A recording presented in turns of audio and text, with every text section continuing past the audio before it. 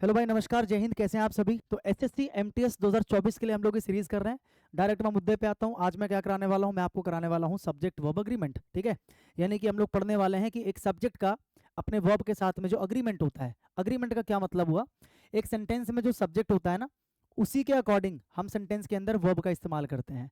Verb को हम इस्तेमाल करते हैं अकॉर्डिंग टू द सब्जेक्ट। अब इसके लिए आपको देखना पड़ता है कि सब्जेक्ट का नंबर क्या है। नंबर मतलब वो सिंगुलर है या प्लूरल है, उसका पर्सन क्या है, फर्स्ट पर्सन है, सेकंड पर्सन है, थर्ड पर्सन है। ये सारी चीजें देखने के बाद ही हम वर्ब लगाते हैं। ठीक है, इतनी सी बात समझ में आ रही है। वर्ब या फिर हेल्पिंग वर्ब, दोनों में से किसी की भी अगर हम बात करें तो वही हम पढ़ने वाले। क्योंकि कई बार ऐसा होता है कि सब्जेक्ट जो है ना क्लियर नहीं होता, सेंटेंस के अंदर जो सब्जेक्ट है क्लियर नहीं होता, या फिर क्लियर होता है लेकिन हम लोग उसको देखकर कंफ्यूज हो जाते हैं। सब्जेक्ट कुछ और होता है, हम लोग कुछ और समझ लेते हैं। ठीक है, तो वही हम पढ़ने वाले हैं कि कौन सा सब्जेक्ट के साथ में कौन सा वर्ब आएगा।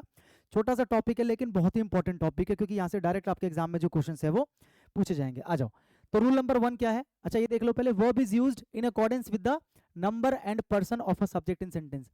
सेंटेंस में जो आपका सब्जेक्ट होगा, उस सब्जेक्ट का जो नंबर होगा, उस सब्जेक्ट का जो पर्सन होगा, उसी के हिसाब से आपका वर्ब आता है।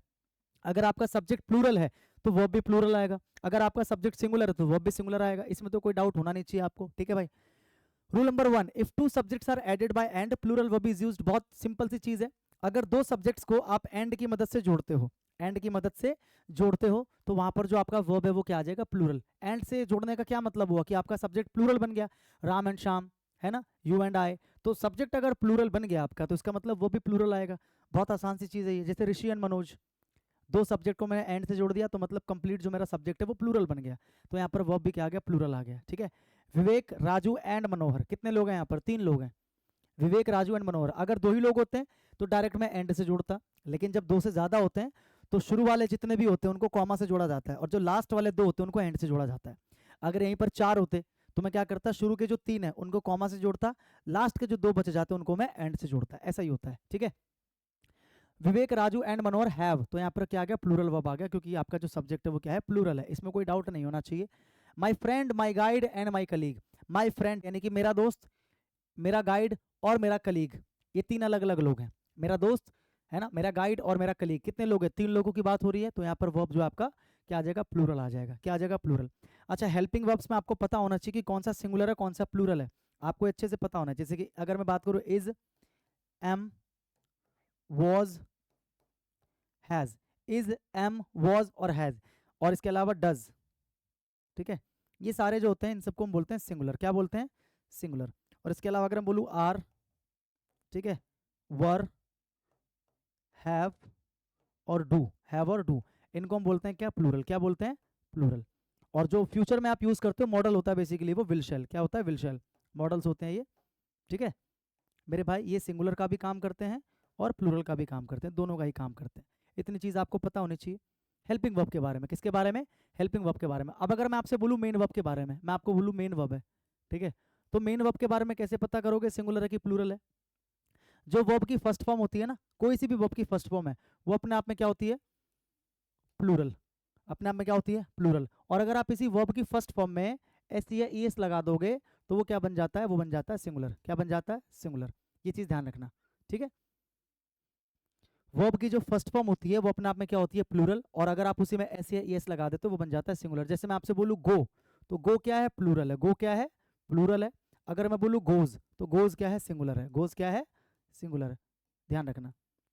जैसे नाउन के अंदर क्या होता है, नाउन में जब आप एस ई एस लगाते हो तो वो प्लूरल बन जाता है, लेकिन यहाँ पर थोड़ा सा उल्टा हिसाब चलता है। समझ में आ रहा है, ठीक है, यहाँ पर थोड़ा सा उल्टा हिसाब चलता है। यहाँ पर अगर आप वर्ब में एस ई एस लगा दोगे ना तो वो क्या बन जाएगा, सिंगुलर बन जाएगा, और अगर नहीं लगाओगे तो क्या बन जाएगा, प्लूरल बन जाएगा। ठीक है भाई, इसमें कोई डाउट नहीं होना चाहिए। आगे बढ़े। इफ टू और मोर नाउन्स या एडजेक्टिव्स आर एडेड, अगर 2 या 2 से ज्यादा नाउन्स या adjective are added by and, अगर आप एंड से जोड़ते हो, इंडिकेटिंग वन पर्सन, लेकिन वो जितने भी नाउन्स हैं या जितने भी एडजेक्टिव है वो सब एक ही व्यक्ति की बात कर रहे हो, एक ही व्यक्ति की या एक ही वस्तु की, ठीक है, या फिर एक ही किसी आइडिया की बात कर रहे हो, तो ऐसे में फिर क्या आएगा, सिंगुलर वर्ब आएगा। क्या मेरे समझाने का क्या मतलब है, जैसे देखो, my father, friend and guide. My father ये एक नाउन है, फ्रेंड ये एक नाउन है, गाइड ये एक नाउन है।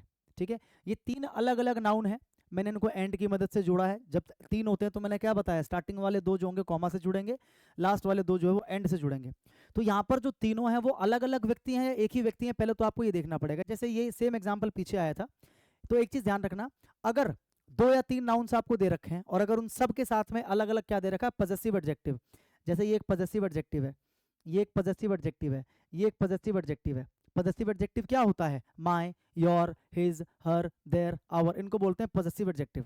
अगर पजेसिव एडजेक्टिव दे रखा है सबके साथ तो इसका मतलब सारे अलग अलग है। लेकिन यहाँ पर देख रहे हो आप, यहाँ पर क्या है, यहाँ पर जो पजेसिव एडजेक्टिव है वो सिर्फ पहले वाले के साथ दे रखा है। यहाँ पर जो पजेसिव एडजेक्टिव है सिर्फ पहले वाले के साथ दे रखा है, इनके साथ नहीं दे रखा है। इसका मतलब जानते हो क्या हुआ, कि जो मेरे पिता हैं वही मेरे फ्रेंड है, वही मेरे गाइड भी हैं। होता है ना, कई लोगों के पिता उनके दोस्त की तरह होते हैं, उनके गाइड की तरह भी होते हैं, जो उनको गाइड करते हैं, हाँ कि ना। तो यानी कि यहाँ पर मैं क्या बोलना चाह रहा हूँ कि मेरे पिता वही मेरे फ्रेंड है और वही मेरे क्या है, गाइड है, उनकी बात हो रही है यहाँ पर। हैज फाइनली कम, तो असल में ये 3 लोग नहीं है, असल में ये एक ही लोग हैं, एक ही व्यक्ति हैं। असल में क्या है, ये एक ही व्यक्ति है, इतना समझ गए। तो वही मैंने ऊपर लिखा कि अगर 2 या 2 से ज्यादा नाउन्स या एडजेक्टिव्स, ठीक है, एंड से जुड़े हों और अगर वो एक ही व्यक्ति, एक ही वस्तु या किसी एक ही आइडिया की तरफ इंडिकेट करें तो इसका मतलब वो सिंगुलर माना जाता है। तो यहाँ पर क्या आ जाएगा, हैज आ जाएगा, यानी कि सिंगुलर वर्ब आ जाएगा। इतना समझ गए। अगला एग्जाम्पल देखो, सुरेश। सुरेश के बाद हम थोड़ा सा पॉज लेते हैं, रुक जाते हैं। सुरेश, सुरेश कौन है, माई फ्रेंड एंड मैनेजर। अब एक देखो, यहाँ पर 2 नाउन जो है एंड से जुड़े हैं, पहले आप इनको देखो। यहाँ पर जो 2 नाउन है, ध्यान से देखो, यहाँ पर जो 2 नाउन है फ्रेंड और मैनेजर, इन दोनों को मैंने एंड से जोड़ा, एंड से जुड़ा। लेकिन जो पजेसिव एडजेक्टिव है वो केवल मैंने फ्रेंड के साथ लगाया। तो इन दोनों में पहले क्लियर करो मामला, जो पजेसिव एडजेक्टिव है मैंने फ्रेंड के साथ लगाया, इसके साथ नहीं लगाया, मतलब ये दोनों व्यक्ति एक ही हैं। इतना तो क्लियर हो गया। अगर दोनों अलग अलग होते तो यहाँ पर मैं क्या लिखता, my manager, my friend and my manager. अगर ऐसे लिखता तो मतलब दोनों अलग होते, लेकिन यहाँ पर केवल एक के साथ लिखा है मैंने, इसका मतलब दोनों एक ही हैं। अब अगर ये दोनों एक ही हैं और सुरेश अगर एक अलग व्यक्ति होता, मान के चलो अगर ये दोनों एक ही हैं और सुरेश को आप अलग मानते हो, तो टोटल 2 व्यक्ति हुए, और 2 व्यक्ति को हम किससे जोड़ते, डायरेक्ट एंड से जोड़ते, लेकिन यहाँ पर कॉमा से जोड़ा हुआ है।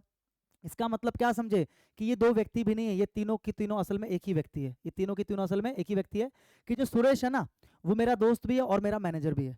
सुरेश जो है वो क्या है, मेरा दोस्त भी है और मेरा मैनेजर भी है। समझ में आ रहा है कि नहीं आ रहा, ठीक है, इतना समझ में आ गया। तो तीनों एक ही हैं, तो यहाँ पर जो आपका वर्ब है वो क्या आ जाएगा, सिंगुलर आ जाएगा, ठीक है। Is here to attend my party. कैसे पता करना, क्लियर हो गया, समझ में आ रहा है। मैं यहाँ पर आपको ना ये जो कॉन्सेप्ट लिख देता हूँ मैं यहाँ पर, ठीक है। अगर मान के चलो एक नाउन है, ठीक है, प्लस में दूसरा नाउन है, एक नाउन और दूसरा नाउन, अगर दोनों नाउन के सामने, दोनों नाउन के साथ में, दोनों नाउन के साथ में कोई आर्टिकल दिख जाए आपको, क्या दिख जाए, आर्टिकल, जैसे कि ए एन या द, कोई आर्टिकल दिख जाए, या फिर कोई पजेसिव एडजेक्टिव दिख जाए, पजेसिव एडजेक्टिव जैसे कि my, your, his, her, their, our, etcetera, अगर आपको दिख जाए दोनों के साथ, अगर दोनों के साथ दिख जाए, इसका मतलब ये 2 अलग अलग लोग हैं, 2 अलग अलग लोग हैं। अगर दोनों के साथ है तो, जैसे आर्टिकल दोनों के साथ लगा है या पजेसिव एडजेक्टिव दोनों के साथ लगा है, तो दोनों अलग अलग लोग हैं, मतलब प्लूरल है। लेकिन अगर केवल पहले वाले के साथ लगा है, अगर केवल पहले वाले के साथ लगा है, ये नाउन है, पहले वाले के साथ लगा है, प्लस में नाउन है, इसके साथ नहीं लगा, इसके साथ नहीं लगा, तो ऐसे में क्या हो जाएगा, दोनों एक ही हैं, दोनों एक ही हैं, दोनों एक ही हैं। मेरी बात को समझ गए, दोनों एक ही हैं। यहाँ पर अगर क्या लिखा हो, कोई आर्टिकल, ठीक है, या फिर वही पजेसिव एडजेक्टिव, पजेसिव एडजेक्टिव, तो दोनों एक ही हैं, दोनों क्या हैं, एक ही हैं। इतना समझ गए, क्लियर है। जैसे मैं लिख दूं, यहाँ पर देखो एग्जांपल दिया है मैंने आपको, देखो यहाँ पर एक नाउन है बॉस और एक नाउन है कलीग, कलीग्स, एंड से जोड़ा मैंने दोनों को, ठीक है, और दोनों के साथ में अपना अपना पजेसिव एडजेक्टिव लगाया। तो जब दोनों के साथ में अपना अपना पजेसिव एडजेक्टिव लगाए तो मैंने क्या बताया, ऐसे में वो अलग अलग व्यक्ति हैं, यानी कि जो मेरा सब्जेक्ट है वो प्लूरल हो गया, क्योंकि ये अलग है ये अलग है, यानी कि मेरा सब्जेक्ट क्या है, प्लूरल है, तो मतलब वर्ब भी क्या आएगा, प्लूरल आएगा। कोई डाउट, ठीक है। अगला देखो, द मिनिस्टर, मिनिस्टर एक नाउन है और चेयरमैन एक नाउन है, और दोनों को मैंने एंड से जोड़ा और दोनों के साथ में अलग अलग आर्टिकल लगाया। तो अभी बताया था मैंने पीछे कि अगर अलग अलग आर्टिकल हो दोनों के साथ या अलग अलग पजेसिव एडजेक्टिव हो दोनों के साथ में, तो इसका मतलब दोनों अलग अलग व्यक्ति हैं। मिनिस्टर एक अलग इंसान है, चेयरमैन एक अलग इंसान है, तो यानी कि ये प्लूरल हो गया, ये जो मेरा सब्जेक्ट है प्लूरल हो गया, तो आगे जो वर्ब आना चाहिए प्लूरल, तो यहाँ पर वर्ब जो है वो प्लूरल है, तो इसमें कोई डाउट नहीं है, ये भी ठीक है। अब व्हाइट एंड ब्लैक, अब देखो व्हाइट एक एडजेक्टिव है, ब्लैक एक एडजेक्टिव है, अभी बताया था ना नाउन हो या एडजेक्टिव हो, देखो नाउन या एडजेक्टिव हो, लेकिन ये जो आर्टिकल है केवल पहले वाले के साथ लगा है, आर्टिकल जो है केवल पहले वाले के साथ लगा है, इसके साथ तो नहीं है आर्टिकल। आर्टिकल जो है केवल पहले वाले के साथ लगा है, दोनों के साथ नहीं लगा। इसका मतलब जिसकी भी आगे बात हो रही है, यानी कि कैट की बात हो रही है, तो वही जो कैट है ना, वही वाइट भी है, वही ब्लैक भी है। होती है ना काली काली सफेद, मतलब आधी बॉडी उसकी काली होगी, आधी बॉडी सफेद होगी। तो मतलब ओवरऑल जो मेरा सब्जेक्ट है वो कितना है, ओवरऑल मेरा सब्जेक्ट एक ही है। समझ गए? क्योंकि आर्टिकल केवल पहले के साथ आ रहा है, मतलब दोनों अलग अलग नहीं है, मतलब दोनों एक ही है। A white and black cat, मतलब एक कैट है, वही वाइट भी है, वही ब्लैक भी है, हाँ कि ना? तो यहाँ पर क्या आएगा, वर्ब यहाँ पर सिंगुलर आ जाएगा। ठीक है, a white and black cat is sitting under the table. लेकिन अगर दोनों के साथ अलग अलग लगा देता, जैसे कि अ वाइट एंड अ ब्लैक, इसका मतलब क्या हुआ, अब दोनों के साथ में क्या लग गया, आर्टिकल लग गया। इसका मतलब है कि एक सफेद बिल्ली अलग है, एक काली बिल्ली अलग है। तो अ वाइट एंड अ ब्लैक, तो यहाँ पर सबसे पहली गलती क्या है, कैट नहीं आएगा, यहाँ पर क्या आएगा, कैट्स। यहाँ पर क्या आएगा, कैट्स। यहाँ पर कैट की जगह पर क्या आ जाएगा, कैट्स, क्योंकि दो बिल्ली हो गई ना अब। A white and a white and a black, a white and a black cats are sitting under the table. Sitting under, देखो वर्ब यहाँ पर क्या आ जाएगा, प्लूरल, क्योंकि यहाँ पर कितनी बिल्ली है, यहाँ पर दो बिल्लियों की बात हो रही है। मेरी बात को समझ गए? कोई कंफ्यूजन इसके अंदर नहीं है। अगर दो नाउन या दो एडजेक्टिव एंड से जुड़े हों, और अगर आर्टिकल दोनों के साथ हो या पॉजेसिव एडजेक्टिव दोनों के साथ हो, तो वो दोनों अलग अलग होते हैं। ठीक है, लेकिन अगर केवल पहले वाले के साथ हो, तो इसका मतलब वो अलग अलग नहीं है, वो एक ही इंसान की तरफ या किसी एक ही बात की तरफ या किसी एक ही जानवर की तरफ या चीज की तरफ संकेत करते हैं, एक ही माने जाते हैं, तो उनके साथ वर्ब सिंगुलर। अब जैसे इसमें आपने देखा था, my friend, my guide, my colleague, तीनों में अलग अलग पॉजेसिव एडजेक्टिव है, मतलब तीनों अलग अलग हैं। तीनों क्या है, अलग अलग है। खैर यहाँ पर तो तीन अलग अलग नाम है, तो उसमें तो कोई डाउट ही नहीं कि तीनों अलग हैं, इसमें कोई दिक्कत वाली बात नहीं है। ठीक है, समझ गया इतना? ये एग्जांपल देखो, slow and study wins the race, क्या आएगा, विन या विंस, क्या आएगा, स्लो एंड स्टडी। देखो यहाँ पर दो चीजें जोड़ी है मैंने, स्लो एक एडजेक्टिव है, स्टडी एक एडजेक्टिव है, दोनों एक एडजेक्टिव है ना? स्लो एंड स्टडी, एंड की मदद से मैंने दो एडजेक्टिव को जोड़ा है। तो क्या ये दोनों अलग अलग चीज की तरफ संकेत कर रही है या एक ही चीज की तरफ संकेत कर रही है? जैसे आपने कछुए और खरगोश वाली कहानी सुनी होगी, उसमें कछुए के जीतने का कारण क्या होता है कि वो स्लो होता है, लेकिन वो स्टडी, स्टडी का मतलब निरंतर बढ़ता है। स्लो एंड स्टडी मतलब अगर आप स्लो हो, लेकिन अगर आप लगातार आगे बढ़ रहे हो तो आप जीतोगे, है ना? वहां से कहावत निकली है। तो स्लो एंड स्टडी दो अलग अलग चीजों की तरफ संकेत ना करके, बल्कि एक एज अ होल काम कर रहा है। ये स्लो एंड स्टडी मतलब एज अ होल फ्रेज की तरह काम कर रहा है, तो मतलब इसको हम क्या मानेंगे, सिंगुलर। क्या मानेंगे, सिंगुलर मानेंगे। जब दो चीजें लिखो, जैसे ब्रेड एंड बटर लिखते हैं ना, ब्रेड एंड बटर, राजमा चावल, तो दो अलग अलग नाउन है, लेकिन दोनों को मिलकर बन तो एक ही रहा है, एक ही तरह की चीज बन रही है, हाँ कि ना? जो पॉपुलर टर्म्स होते हैं, जैसे ब्रेड एंड बटर का मतलब होता है रोजी रोटी, राजमा चावल हम लोग अक्सर यूज करते हैं, राजमा एंड राइस, क्या यूज करते हैं, राजमा एंड राइस। ऐसे हम कई बार बोलते हैं हॉर्स एंड कैरिज, क्या बोलते हैं, हॉर्स एंड कैरिज बोलते हैं ना, यानी कि घोड़ा गाड़ी, हाँ कि ना? तो ये दो अलग अलग चीजें हैं, हॉर्स और कैरिज, लेकिन दोनों को मिलाकर हम एक ही चीज की तरफ संकेत कर रहे हैं, घोड़ा गाड़ी। तो कई बार ऐसे होते हैं कि दो अलग अलग नाउन्स होते हैं, एंड से जुड़ते हैं, लेकिन दोनों एक ही चीज की तरफ संकेत करते हैं, तो वो सिंगुलर माने जाएंगे। तो जैसे स्लो एंड स्टडी, ये एक ही चीज की तरफ संकेत कर रहे हैं, एक क्वालिटी है स्लो एंड स्टडी होने की, तो ये सिंगुलर माना जाएगा, तो इसके साथ में सिंगुलर वर्ब आएगा। अभी मैंने बताया था जिस वर्ब के साथ में एस ई एस लगा देते हैं वो सिंगुलर बन जाता है, तो सिंगुलर यहाँ पर क्या है, विंस, यहाँ पर क्या है, विंस, तो ये इसका आंसर हो जाएगा, slow and study wins the race, slow and study wins the race. इतना क्लियर हो गया भाई? कोई डाउट नहीं है? आगे बढ़ो। If two subjects are added by as well as, ये याद रखना, अगर दो सब्जेक्ट को as well as, with, along with, together with, and not, ये सारे याद रखना है आपको। And not, in addition to, but, besides, except, rather than, accompanied bye, ठीक है, like, unlike, no less than, nothing but, इतना याद रख लो। अगर आप दो सब्जेक्ट्स को इनकी मदद से जोड़ते हो, इनकी मदद से जोड़ते हो, तो ऐसे में क्या होता है, verb is used, verb is used in accordance with, in accordance with the first subject. आपका जो फर्स्ट वाला सब्जेक्ट होगा ना, उसके अकॉर्डिंग आपका वर्ब आएगा।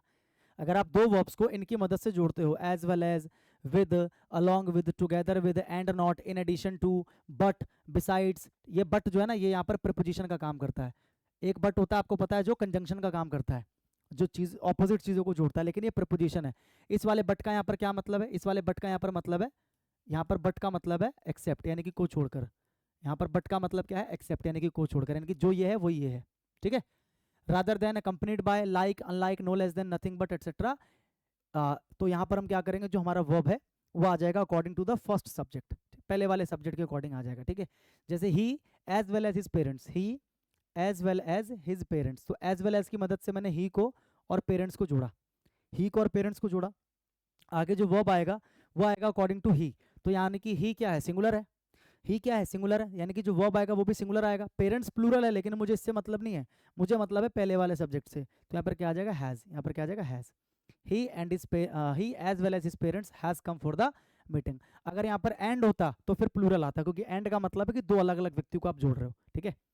शी अनलाइक माई सिस्टर्स, देखो अनलाइक है ना यहाँ पर, अनलाइक की मदद से मैंने दो अलग अलग सब्जेक्ट्स को जोड़ा, एक शी है और एक क्या है, सिस्टर्स हैं।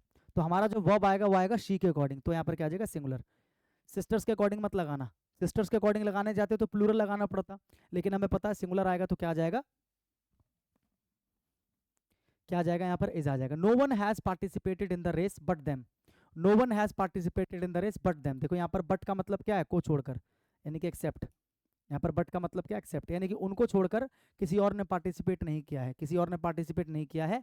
नो वन हैज पार्टिसिपेटेड, यानी कि ये जो वर्ब है, ये जो वर्ब है वो दो सब्जेक्ट है यहाँ पर, देखो एक नो वन है, एक नो वन है और एक यहाँ पर आपका देम है, दो सब्जेक्ट है, थोड़ा सा अलग तरीके से जोड़ रखा है लेकिन इसी तरीके से होगा ये, ठीक है। तो जो हमारा वर्ब है, हमारा वर्ब ये है, ये आएगा according to the first subject. और नो वन क्या है, एक इंडेफिनेट प्रोनाउन है। तो जितने भी इंडेफिनेट प्रोनाउंस होते हैं उनके साथ में हमेशा सिंगुलर वर्ब यूज की जाती है, इसको आप ध्यान रखना। आगे ये वाला कॉन्सेप्ट भी अभी आएगा। इतना समझ में आ रहा, किसी को डाउट नहीं? एक सेकंड रुकना भाई, आगे बढ़े, चलो। आई अलॉन्ग विद माई टीम, तो ये अलॉन्ग विद है, अलॉन्ग विद की मदद से मैंने आई को और माई टीममेट्स को मैंने जोड़ा, टीममेट्स को मैंने जोड़ा, ठीक है। तो जो वर्ब आएगा वो आएगा according to the first subject, यानी कि यहाँ पर क्या आ जाएगा, वॉज, क्योंकि आई क्या है, सिंगुलर है। ये क्लियर हो गया। Rule number 3, if two subjects are added by neither nor, either or, not only but also, or nor, none but, तो क्या होगा, verb is used in accordance with the nearest subject. अब क्या होगा, जो आपका वर्ब यूज होगा वो जो पास वाला सब्जेक्ट होगा ना, उस वर्ब के जो पास होगा सब्जेक्ट उसके अकॉर्डिंग यूज होगा। अगर दो सब्जेक्ट को आप जोड़ रहे हो, ईदर और या नीदर, नीदर नॉर का मतलब क्या होता है, ना तो ना तो, जैसे बोलते हैं नीदर आई नॉर ही, यानी कि ना तो मैं ना वो। और ईदर और का क्या मतलब होता है, या तो मैं या तो वो, यहाँ पर चॉइस होती है, या तो मैं या तो वो, यानी कि इधर आई और ही, यानी कि या तो मैं या तो वो, या तो मैं या तो वो। तो इधर और का मतलब या तो, और नीदर नॉर का मतलब ना तो जब आप इनकी मदद से सब्जेक्ट्स को जोड़ते हो, या फिर not only but also, not only but also का क्या मतलब होता है, जैसे कि not only I but also he, यानी कि ना केवल मैं बल्कि वो भी, यानी कि अब दोनों को आप इंक्लूड कर देते हो, ना केवल मैं बल्कि वो भी, ठीक है। देखो इसमें क्या है, दो में से एक को चूज करना, इसमें से क्या है, दोनों को लेके चलना, और इसमें क्या है, दोनों में से कोई नहीं, दोनों में से कोई नहीं, ऐसे आप समझ के चलो, ठीक है। और इसके अलावा क्या है, और का मतलब या, ऑप्शन दिया जाता है, नॉर का मतलब ना, और नन बट का मतलब क्या होता है, नन बट का मतलब क्या होता है, और नहीं तो कोई नहीं, नन बट मतलब कोई और नहीं, नन बट का मतलब क्या होता है, कोई और नहीं। जैसे बोलते हैं नन बट सुरेश, यानी कि कोई और नहीं बल्कि सुरेश, ये इसका मतलब होता है, ठीक है। तो अगर आप दो सब्जेक्ट्स को इनकी मदद से जोड़ते हो तो verb is used according to the nearest subject. Example से समझते हैं, जैसे इधर पंकज और इस फ्रेंड्स, तो देखो इधर और की मदद से मैंने पंकज को और उसके फ्रेंड्स को, मैंने दोनों को जोड़ा, दोनों को जोड़ा। अब मैं आपसे पूछता हूँ कि जो आगे वर्ब आएगा, आगे जो वर्ब आएगा, जैसे मैंने यहाँ पर क्या लिखा है, हैव, तो किसके अकॉर्डिंग लिखा है मैंने, ये किसके अकॉर्डिंग यूज किया है मैंने, ये मैंने यूज किया नियर, क्योंकि ये जो वर्ब है ना, वर्ब आपको देखना कि इसके पास कौन सा सब्जेक्ट है, तो इसके पास जो सब्जेक्ट होगा उसको देखने के लिए क्या करोगे, इससे पीछे बढ़ोगे। तो जैसे ही आप इससे पीछे की तरफ बढ़ोगे तो सबसे पास में आपको फ्रेंड्स मिल जाएगा। पंकज पे पहुंचने से पहले तो आपको फ्रेंड मिल गया ना, जब आप इससे पीछे बढ़ोगे आपको ऐसे देखना होता है नियर में कौन सा है। जब आप इससे पीछे, क्योंकि सब्जेक्ट तो दोनों इससे पीछे ही है ना, तो जैसे ही आप पीछे बढ़ोगे तो पंकज पे पहुंचने से पहले आप फ्रेंड पे पहुंच गए, यानी कि फ्रेंड इसके नजदीक है, तो फ्रेंड को देखकर यहाँ पर क्या लगेगा, वर्ब लगेगा। तो फ्रेंड्स आपको पता है प्लूरल है, तो यहाँ पर क्या आ जाएगा, हैव, क्या आ जाएगा, हैव ब्रोकन द लॉक, ठीक है। अगला हैज ही और हिज ब्रदर्स। अब देखो यहाँ पर हेल्पिंग वर्ब शुरू में दे दिया, ठीक है। देखते हैं आगे, एक ही है और की मदद से मैंने हिज ब्रदर्स, यानी कि दोनों को मैंने जोड़ दिया और की मदद से। तो मैंने क्या बोला, जब दो सब्जेक्ट को और की मदद से जोड़ते हैं तो जो वर्ब आता है वो आता है जो नियर होता है उसके, जो उसके करीब होता है उसके अकॉर्डिंग आता है। अब आपको पता है कि वर्ब ये है, अब आपसे मैं पूछता हूँ कि इसके करीब कौन है। अब इसके करीब पता करने के लिए क्या करोगे, इससे पीछे बढ़ोगे आगे बढ़ोगे, पीछे तो कुछ है ही नहीं ना। अगर आपको पता करना है कि इसके पास कौन सा सब्जेक्ट है तो उसके लिए आप क्या करोगे, अब आप आगे बढ़ोगे, क्योंकि पीछे तो कुछ है ही नहीं। अब आगे बढ़ोगे तो सबसे पहले कौन टकराएगा, ही टकराएगा आपसे, यहाँ तक पहुंचने से पहले ही टकराएगा। मतलब ये जो वर्ब लगाया मैंने वो इसके पास वाले ने कि ही को देख के लगाया। अगर ब्रदर्स को देख के लगाता तो मैं क्या लगाता, हैव लगाता, लेकिन जो इसके पास है, पास कैसे पता करते बता दिया ना भाई, यहाँ पर जो सब्जेक्ट है वो इससे पीछे है तो पीछे की तरफ बढ़ना है, तो पहले कौन टकराया है, फ्रेंड्स। लेकिन यहाँ पर जो सब्जेक्ट है वो हैज के आगे है, तो आगे की तरफ बढ़ोगे तो पहले कौन मिलेगा आपको, ही, कौन मिलेगा आपको, ही, तो ही को देख के लगा दिया मैंने, ठीक है। Not only Gopal but also his sisters, not only Gopal, ना सिर्फ Gopal, but also his sisters, यानी कि नॉट ओनली बट ऑल्सो की मदद से मैंने गोपाल और सिस्टर्स को जोड़ दिया। तो यहाँ पर जो वर्ब आएगा वो आएगा नजदीक वाले को देख के, नजदीक कौन है सिस्टर्स, नजदीक कौन है सिस्टर्स, तो यहाँ पर क्या आ गया आर। समझ में आया? इसमें कोई डाउट किसी को नहीं होना चाहिए। मेरी बात समझ में आ रही है, हाँ कि ना? एक चीज और ध्यान रखना, ये जो नॉट ओनली बट ऑल्सो होता है ना, ये हमेशा दो इक्वल रैंक की चीजों को जोड़ता है, ये ध्यान रखना। जो नॉट ओनली बट ऑल्सो है, ये जो नॉट ओनली बट ऑल्सो जो है ना, हमेशा दो इक्वल रैंक के शब्दों को, इक्वल रैंक के शब्दों को ऐड करता है। क्या मतलब हुआ इसका? इसके ऊपर बहुत सारे क्वेश्चंस पूछे जाते हैं। इसका क्या मतलब हुआ? इक्वल रैंक का क्या मतलब होता है? इक्वल रैंक का मतलब कि अगर नॉट ओनली के बाद अगर एक एडजेक्टिव है तो बट ऑल्सो के बाद भी एक एडजेक्टिव होगा। अगर नॉट ओनली के बाद एक नाउन है तो बट ऑल्सो के बाद भी एक नाउन होगा। अगर नॉट ओनली के बाद में एक प्रोनाउन है तो बट ऑल्सो के बाद भी एक प्रोनाउन होगा। अगर नॉट ओनली के बाद में क्या है, अगर नॉट ओनली के बाद में एक वर्ब है तो बट ऑल्सो के बाद में भी क्या होगा, एक वर्ब होगा। ये आपको ध्यान रखना है, इसको बोलते हैं इक्वल रैंक। तो नॉट ओनली बट ऑल्सो जो है हमेशा इक्वल रैंक की चीज़ों को जोड़ता है, इक्वल रैंक की चीज़ों को जोड़ता है। ठीक है, तो इसके ऊपर एग्जाम में क्वेश्चन कैसे दिए जाते हैं मैं एक बार आपको बताता हूँ। जैसे कि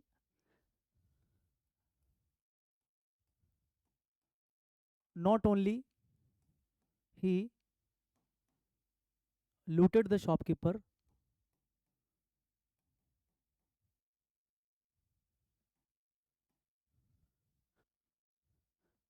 but also killed him, but also killed him। ठीक है, ये लिखा मैंने, not only he looted the shopkeeper but also killed him. अब एक नज़र में देखने पे सेंटेंस बिल्कुल आपको सही लग रहा होगा। इसका मतलब आपको लग रहा होगा कि उसने ना केवल लूटा दुकानदार को बल्कि हत्या भी कर दी, बल्कि क्या कर दी, हत्या कर दी। लेकिन आप एक बार पता करो, नॉट ओनली के बाद, ये जो नॉट ओनली है, इस नॉट ओनली के बाद में आपका ही आ रहा है, यानी कि प्रोनाउन आ रहा है। तो मैंने क्या बताया, अगर नॉट ओनली के बाद में नाउन प्रोनाउन है तो बट ऑल्सो के बाद भी नाउन प्रोनाउन होना चाहिए। यहाँ पर बट ऑल्सो जो दे रखा है, इसके बाद एक वर्ब दे रखा है, यहाँ पर आपको दे रखा है एक प्रोनाउन, और यहाँ पर आपको दे रखा है एक वर्ब। तो सबसे पहले तो आपको ये देखना कि भैया क्या इक्वल रैंक की चीजें हैं। आप कहोगे नहीं सर इक्वल रैंक की चीजें तो नहीं है। इक्वल रैंक की चीजें नहीं है, इक्वल रैंक की चीजें आपको लानी पड़ेंगी। इक्वल रैंक की चीजें लाने के लिए क्या करना पड़ेगा, या तो इसके बाद आपको वर्ब लाना पड़ेगा या इसके बाद आपको नाउन प्रोनाउन लाना पड़ेगा। आप कहोगे सर इसके बाद नाउन प्रोनाउन लेके आएंगे तो इसके बाद जो प्रोनाउन है वो हिम है, यानी कि हम क्या करेंगे, बट ऑल्सो हिम ऐसे लिख देंगे, बट ऑल्सो हिम, और लास्ट में किल्ड कर देंगे, लास्ट में क्या कर देंगे, किल्ड। लेकिन क्या इसका कोई मतलब निकल रहा है, क्या इसका कोई मतलब निकल रहा है, बट ऑल्सो हिम किल्ड, कोई मतलब है इसका? नहीं है, तो ये गलत है, नहीं कर सकते। देखो सबसे पहले आप एक चीज को समझो, अगर आप मेरे तरीके से समझोगे, क्योंकि मैं आपको पता मैं अपने तरीके से सारी चीजों को समझाता हूँ, अगर मेरे तरीके से समझोगे तो आप ऐसे समझो, मेरी बात को समझो। यहाँ पर जो काम हो रहा है और यहाँ पर जो काम हो रहा है, आप ये देखो उस काम को करने वाले लोग अलग अलग हैं, एक ही है। आप ये देखो, मतलब सब्जेक्ट अलग अलग है या ऑब्जेक्ट अलग अलग है, पहले आप ये पता कर लो। ठीक है, यहाँ पर काम क्या हो रहा है, लूटने का, ठीक है भाई, और यहाँ पर काम क्या हो रहा है, हत्या करने का। यानी कि लूटने वाला जो व्यक्ति है और हत्या करने वाला जो व्यक्ति है वो दोनों एक ही है, यानी कि सब्जेक्ट हमारा क्या है, कॉमन है। हमारा सब्जेक्ट क्या है, कॉमन है।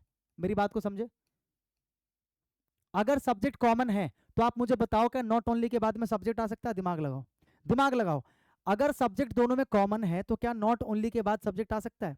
देखो नॉट ओनली के बाद में सब्जेक्ट कब आएगा, अगर मैं बोलूं ना केवल मैंने बल्कि उसने भी उसे मारा, ना केवल मैंने बल्कि उसने भी, तो यहाँ पर दो अलग अलग काम करने वाले लोग हैं ना, ना केवल मैंने बल्कि उसने भी, काम करने वाले दो लोग हैं। लेकिन जब यहाँ पर काम करने वाला एक ही व्यक्ति है तो क्या नॉट ओनली के बाद में सब्जेक्ट को लगा सकते हो? क्योंकि नॉट ओनली के बाद सब्जेक्ट लगाने का मतलब है बट ऑल्सो के बाद भी सब्जेक्ट लगाओ। जैसे मैंने क्या बोला, ना सिर्फ मैंने बल्कि उसने भी, तो यहाँ पर दो अलग अलग सब्जेक्ट तो है ही नहीं। तो जब दो अलग अलग सब्जेक्ट नहीं है तो आप नॉट ओनली के बाद सब्जेक्ट कैसे लगा सकते हो भाई? मेरी बात को समझो ना, यहाँ पर काम तो एक ही व्यक्ति कर रहा है ना। हाँ आप ये कह सकते हो कि यहाँ पर दो अलग अलग काम हो रहे हैं, ऑब्जेक्ट भी दोनों में एक ही है भाई, लूटा भी गया है शॉपकीपर को और जान से मारा भी गया है शॉपकीपर को, तो ये भी कॉमन है। आपका ऑब्जेक्ट भी क्या है, कॉमन है, ऑब्जेक्ट भी क्या है, कॉमन है। तो जब सब्जेक्ट कॉमन है, ऑब्जेक्ट कॉमन है, तो नॉट ओनली के बाद ना तो सब्जेक्ट लिख सकते हैं आप ना ऑब्जेक्ट लिख सकते हैं आप, क्योंकि उसके लिए दो अलग अलग होने चाहिए ना कम से कम सब्जेक्ट या ऑब्जेक्ट। बल्कि यहाँ पर दो अलग अलग काम दिख रहे हैं मुझे, एक काम हो रहा है लूटने का, एक काम हो रहा है किल करने का, यानी कि हत्या करने का। यहाँ पर दो डिफरेंट काम है, लूटना एक अलग काम है, हत्या करना एक अलग काम है। तो आप ये कह सकते हो कि नॉट ओनली के बाद में आप ये लगा सकते हो दोनों के दोनों वर्ब्स, क्योंकि उससे क्या होगा, सेम रैंक के बन जाएंगे। तो आप इसको कैसे लिख सकते हो, ये तो गलत है आपको पता है, कैसे लिख सकते हो, ऐसे लिखो, ही को पहले लिख दो, he not only looted the shopkeeper but also killed him. अब देखो इससे क्या हुआ, अब इससे देखो क्या हुआ, इससे ये हुआ कि मेरे भाई, इससे ये हुआ कि यहाँ पर देखो नॉट ओनली के बाद में एक वर्ब आ गया, ठीक है, और यहाँ पर बट ऑल्सो के बाद भी क्या आ गया, एक वर्ब आ गया। तो पहली चीज तो ये होगा कि दोनों को इक्वल रैंक की चीजें मिल गई, दोनों को इक्वल रैंक की चीजें मिल गई। और not only but also say दो चीजों को तभी जोड़ोगे जब दोनों चीजें अलग अलग हो, इस चीज को ध्यान रखना। Not only but also say दो चीजों को तभी जोड़ोगे जब दोनों अलग अलग हो। अब आप कहोगे सर अभी तो आपने इक्वल रैंक बताया था, रैंक एक अलग चीज है और अलग अलग होना अलग चीज है। रैंक का मतलब हुआ noun noun, pronoun pronoun, adjective adjective, verb verb, ये हुआ रैंक। लेकिन वर्ब अगर हैं दोनों के साथ तो दोनों वर्ब अलग हों, सब्जेक्ट अगर है दोनों के साथ तो दोनों सब्जेक्ट अलग हो, ऑब्जेक्ट अगर है दोनों के साथ तो दोनों ऑब्जेक्ट अलग हो। थोड़ा कॉमन सेंस लगाओ ना हिंदी में। जैसे हम कब बोलते हैं, ना सिर्फ मैंने बल्कि उसने भी, तो ना सिर्फ मैंने बल्कि उसने भी, तो यहाँ पर दो अलग सब्जेक्ट है ना, तभी तो मैं नॉट ओनली के बाद लगा पा रहा हूँ not only I but also he. क्यों लगा पा रहा हूँ, क्योंकि दो सब्जेक्ट अलग अलग है। अगर सब्जेक्ट अकेला मैं ही हूँ तो मैं ऐसे बोलूंगा क्या, ना सिर्फ मैंने बल्कि मैंने भी, ना नहीं बोल सकते ना, क्योंकि मैं तो अकेला हूँ। समझ गए बात को। तो इक्वल रैंक की चीजें लगानी है और ध्यान रखना कि वो अलग अलग होने चाहिए, कॉमन नहीं होने चाहिए। जैसे यहाँ पर सब्जेक्ट भी कॉमन है, ऑब्जेक्ट भी कॉमन है, सही है। तो अगर दोनों कॉमन है मेरे भाई तो यहाँ पर नॉट ओनली के बाद ना तो सब्जेक्ट लिखोगे ना ऑब्जेक्ट लिखोगे, बल्कि वर्ब लिख सकते हो, क्योंकि दो अलग अलग वर्ब्स आपको क्लियरली दे रखी हैं। उसने ना केवल लूटा बल्कि मारा भी, मैच कर रहा है ना, उसने ना केवल लूटा बल्कि मारा भी। तो नॉट ओनली बट ऑल्सो के ऊपर ऐसा क्वेश्चन जो है वो दिया जाता है, तो इसको आपको ध्यान रखना है, ठीक है। जैसे यहाँ पर देखो not only Gopal but also his sisters are participating, काम एक ही है यहाँ पर देखो, अब काम दो नहीं है, अब यहाँ पर काम ही एक ही है। अब जब एक ही काम है तो नॉट ओनली बट ऑल्सो के बाद में दोनों के बाद वर्ब नहीं हो सकता, क्योंकि काम एक ही है। हाँ यहाँ पर सब्जेक्ट अलग अलग है, गोपाल एक अलग सब्जेक्ट है, उसकी बहनें अलग सब्जेक्ट है। तो अब मैं क्या कर सकता हूँ, इसके बाद भी सब्जेक्ट लिख सकता हूँ, इसके बाद भी सब्जेक्ट। इससे क्या हुआ, दोनों सेम रैंक के हो गए, नाउन नाउन हो गए कि नहीं हो गए, और इसके अलावा दोनों अलग अलग सब्जेक्ट भी हो गए, तो मेरा काम बन गया, ठीक है। समझ में आया भाई? तो ये चीज ध्यान रखना। कॉन्सेप्ट ऑफ ईच एवरी इधर नीदर नन वन ऑफ, इसका कॉन्सेप्ट देख लो। पहले हम बात करते हैं ईच की, बहुत ध्यान से आराम से समझो। मैं आपको नहीं दिख रहा हूँ लेकिन कोई बात नहीं, आप बोर्ड पे नजर मारो, आप बोर्ड को ध्यान से देखो। ईच का मतलब क्या होता है, प्रत्येक। ईच का मतलब क्या होता है, प्रत्येक, ठीक है। ईच का कॉन्सेप्ट ध्यान से समझो। ईच जो है अपने आप में एक एडजेक्टिव का भी काम करता है, ठीक है, और ईच अपने आप में एक प्रोनाउन का भी काम करता है। ईच अपने आप में एक एडजेक्टिव का भी काम करता है, एक प्रोनाउन का भी काम करता है। अगर ईच एक एडजेक्टिव है, यहां पर लिख रहा हूं मैं, अगर ईच एक एडजेक्टिव है तो ईच के डायरेक्ट बाद एक नाउन आएगा, ईच के डायरेक्ट बाद में एक नाउन आएगा, और वो जो नाउन होगा हमेशा वो क्या होगा, सिंगुलर। वो जो नाउन होगा हमेशा वो क्या होगा, सिंगुलर। इतनी बात समझ गए। अगर ईच एक एडजेक्टिव है, कैसे पता लगेगा एडजेक्टिव है, क्योंकि उसके डायरेक्ट बाद एक नाउन आपको दिखाई देगा, और वो नाउन क्या होगा, सिंगुलर होगा। अगर नाउन सिंगुलर है तो इसके बाद जो आपका वर्ब आएगा वो वर्ब भी क्या आएगा, सिंगुलर आएगा। यही तो सब्जेक्ट वर्ब अग्रीमेंट है, वो वर्ब भी क्या आएगा, सिंगुलर आएगा। इसमें कोई डाउट नहीं होना चाहिए, ठीक है।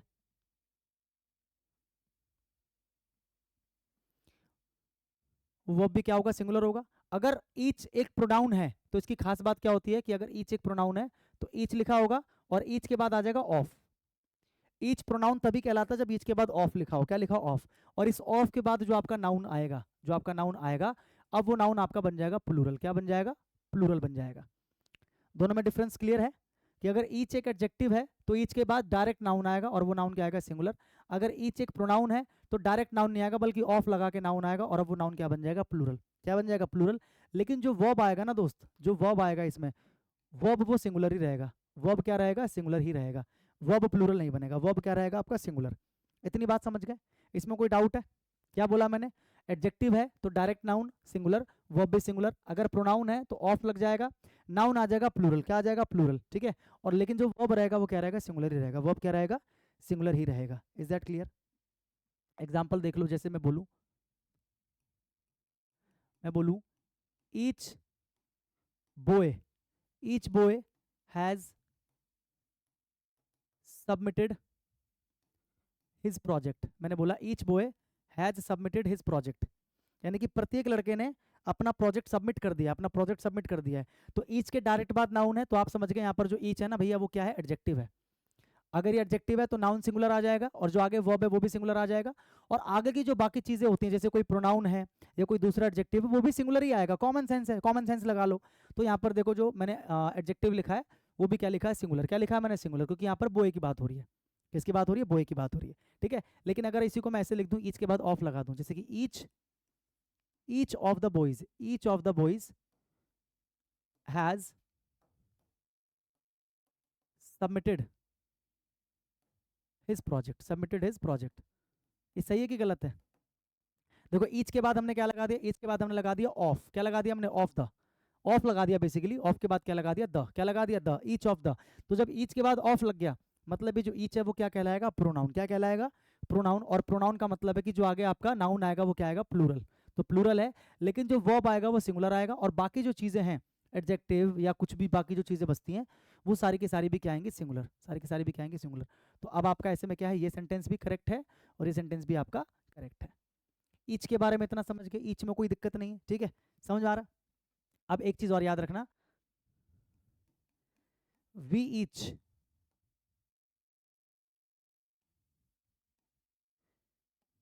यू ईच या they each. We each, you each या दे ईच, अगर ऐसा आपको दिख जाए सब्जेक्ट, अगर सब्जेक्ट की जगह पर आपको दिख जाए वी ईच, यू ईच या दे ईच, अगर आपको दिख जाए तो इसका मतलब अब जो आपका सब्जेक्ट है वो क्या माना जाएगा, प्लूरल। क्या माना जाएगा, प्लूरल, यानी कि अपने आप में प्लूरल है। वी ईच भी प्लूरल है, यू ईच भी प्लूरल है, और दे ईच भी क्या है, प्लूरल है। यानी कि इसके बाद जो आपका वर्ब आएगा, इसके बाद जो आपका वर्ब आएगा वो क्या आएगा, प्लूरल। वो क्या आएगा, प्लूरल। इस चीज को ध्यान रखना। अभी तक तो दोनों में वर्ब क्या था, सिंगुलर था, लेकिन अब जो वर्ब है वो क्या आएगा, प्लूरल। कब, अगर आपका वी ईच, यू ईच या दे ईच आपको दिख जाए। एग्जाम्पल लिख लो भाई, एग्जाम्पल जैसे कि we each have submitted, we each have submitted our projects, our projects, ठीक है। तो यहाँ पर क्या आ गया, वी ईच आ गया, तो इसके बाद मैंने क्या बताया, जो आपका वर्ब आएगा प्लूरल आएगा, और बाकी जो चीजें होंगी वो भी अकॉर्डिंग टू द सब्जेक्ट क्या आ जाएंगी, प्लूरल। क्या आ जाएंगी, प्लूरल, ठीक है। इतना समझ में आ गया, इसमें किसी को कोई डाउट है भाई, एक सेकेंड आगे बढ़े भाई, ठीक है। देखिए ये आपको समझ में आ गया, ईच का जो कॉन्सेप्ट है आपको समझ में आ गया, ठीक है। जैसे ईच का मतलब क्या होता है, हर एक, यानी कि प्रत्येक। ऐसी एवरी का मतलब भी क्या होता है, सभी, यानी कि प्रत्येक। तो कई बार ईच को लेकर और एवरी को लेकर बच्चों में थोड़ा सा कंफ्यूजन होता है, तो दोनों में डिफरेंस क्या है मैं आपको बताता हूँ, ठीक है। एवरी जो है ना, एवरी, ये सिर्फ एक एडजेक्टिव का काम करता है। एवरी जो है ये सिर्फ एक एडजेक्टिव का काम करता है, ये कभी भी प्रोनाउन की तरह यूज नहीं हो सकता। जैसे अभी आपने पढ़ा ना, जो ईच है वो प्रोनाउन की तरह भी यूज हो सकता है, यानी कि आप उसके साथ में ऑफ लगा सकते हो, लेकिन एवरी के साथ आप ऑफ नहीं लगा सकते। एवरी के साथ ऑफ नहीं लगा सकते। और सबसे बड़ा जो डिफरेंस है मैं यहाँ पर लिख देता हूँ, ईच और एवरी। ईच और एवरी में क्या डिफरेंस है ये आपको पता होना चाहिए, कि ईच जो है आपका ये एक एडजेक्टिव का भी काम करता है और एक प्रोनाउन का भी काम करता है, लेकिन जो एवरी है ये केवल एक एडजेक्टिव का काम करता है। दूसरा जो मेजर डिफरेंस है, दूसरा जो मेजर डिफरेंस है वो क्या है, यहाँ लिखो वर्सेस। दूसरा जो मेजर डिफरेंस है वो क्या है दोनों में, ये समझ में आ गया, ये एडजेक्टिव प्रोनाउन दोनों की तरह काम करता है, वो केवल एडजेक्टिव। दूसरा क्या है, जो ईच है इसको आप फॉर टू, यानी कि दो के लिए भी यूज कर सकते हो, दो लोगों के लिए, दो चीजों के लिए, ठीक है। और for more than two, for more than two, दो से ज्यादा के लिए भी कर सकते हो, दो से ज्यादा के लिए भी कर सकते हो।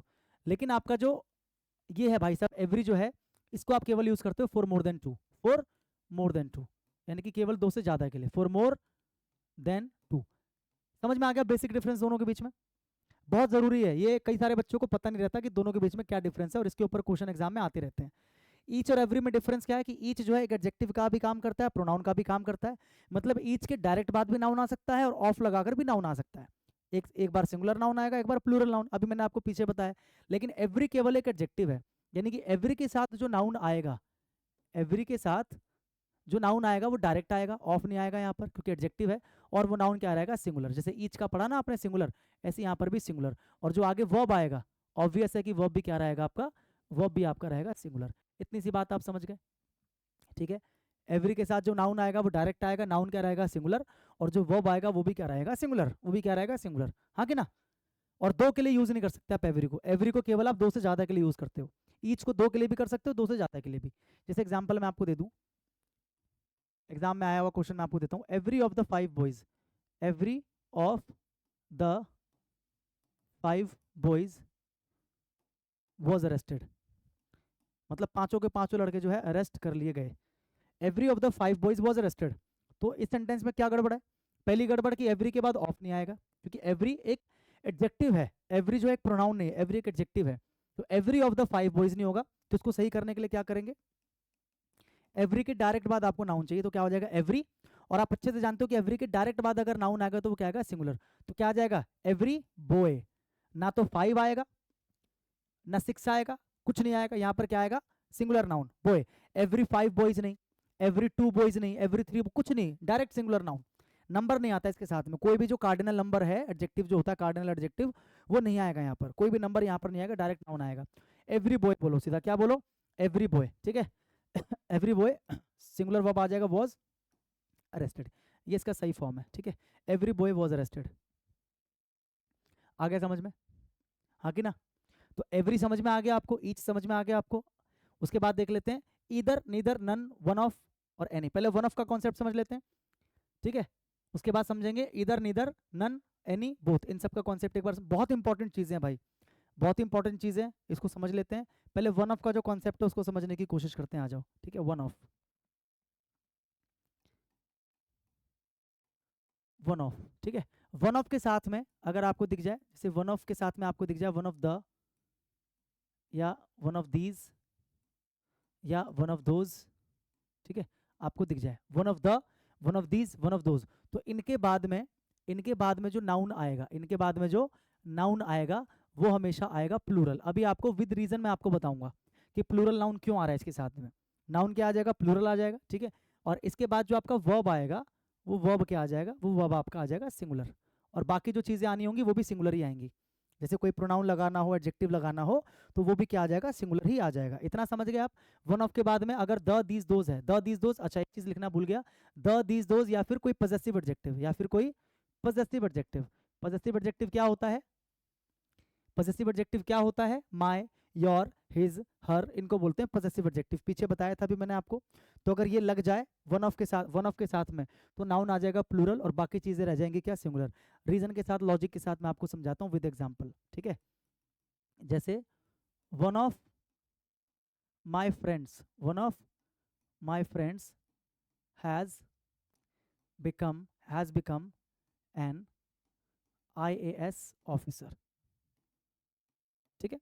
One of my friends has become an IAS officer, an IAS officer. अब देखो यहाँ पर आपको दिख गया वन ऑफ, क्या दिख गया आपको, वन ऑफ, और वन ऑफ के बाद आपको क्या दिख गया, एक पजेसिव एडजेक्टिव दिख गया।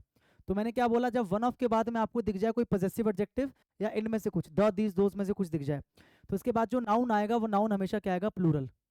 रीजन क्या है, नाउन प्लूरल क्यों आ रहा है, रीजन क्या है, रट्टा तो लगाना नहीं है हमें, हमें सीखना है। देखो वन ऑफ का मतलब क्या होता है, में से एक, और आप इतने समझदार हो कि आप में से एक तभी बोलोगे जब उसके आगे वाली चीज एक से ज्यादा हो। भाई अगर मेरे पास कोई चीज है 5 है तो मैं बोल सकता हूँ ना पांचों में से एक, या 2 है तो मैं बोल सकता हूँ ना दोनों में से एक। अगर वो चीज एक ही हो तो क्या बोल पाओगे कभी आप में से एक, नहीं बोल पाओगे। इसीलिए जब हम में से एक बोल रहे हैं, वन ऑफ का मतलब में से एक, तो इसका मतलब आगे प्लूरल ही होगा, तभी आप बोलते हो में से एक। दोस्तों में से एक, दोस्त में से एक नहीं, दोस्तों में से एक, तभी तो में से एक बोल पाओगे ना। तो ये कॉमन सेंस थोड़ा सा यूज करो, लॉजिक लगाओ। रट्टा लगाने से अच्छा क्या है, चीजों को सीखो, रट्टा लगाओ तो कभी नहीं सीख पाओगे, ठीक है। इज दैट क्लियर, समझ में आ गया। लेकिन एक्चुअल में जो हम बात कर रहे हैं, एक्चुअल में जो हमारा सब्जेक्ट है वो क्या है, वो तो वन है, वो तो एक है।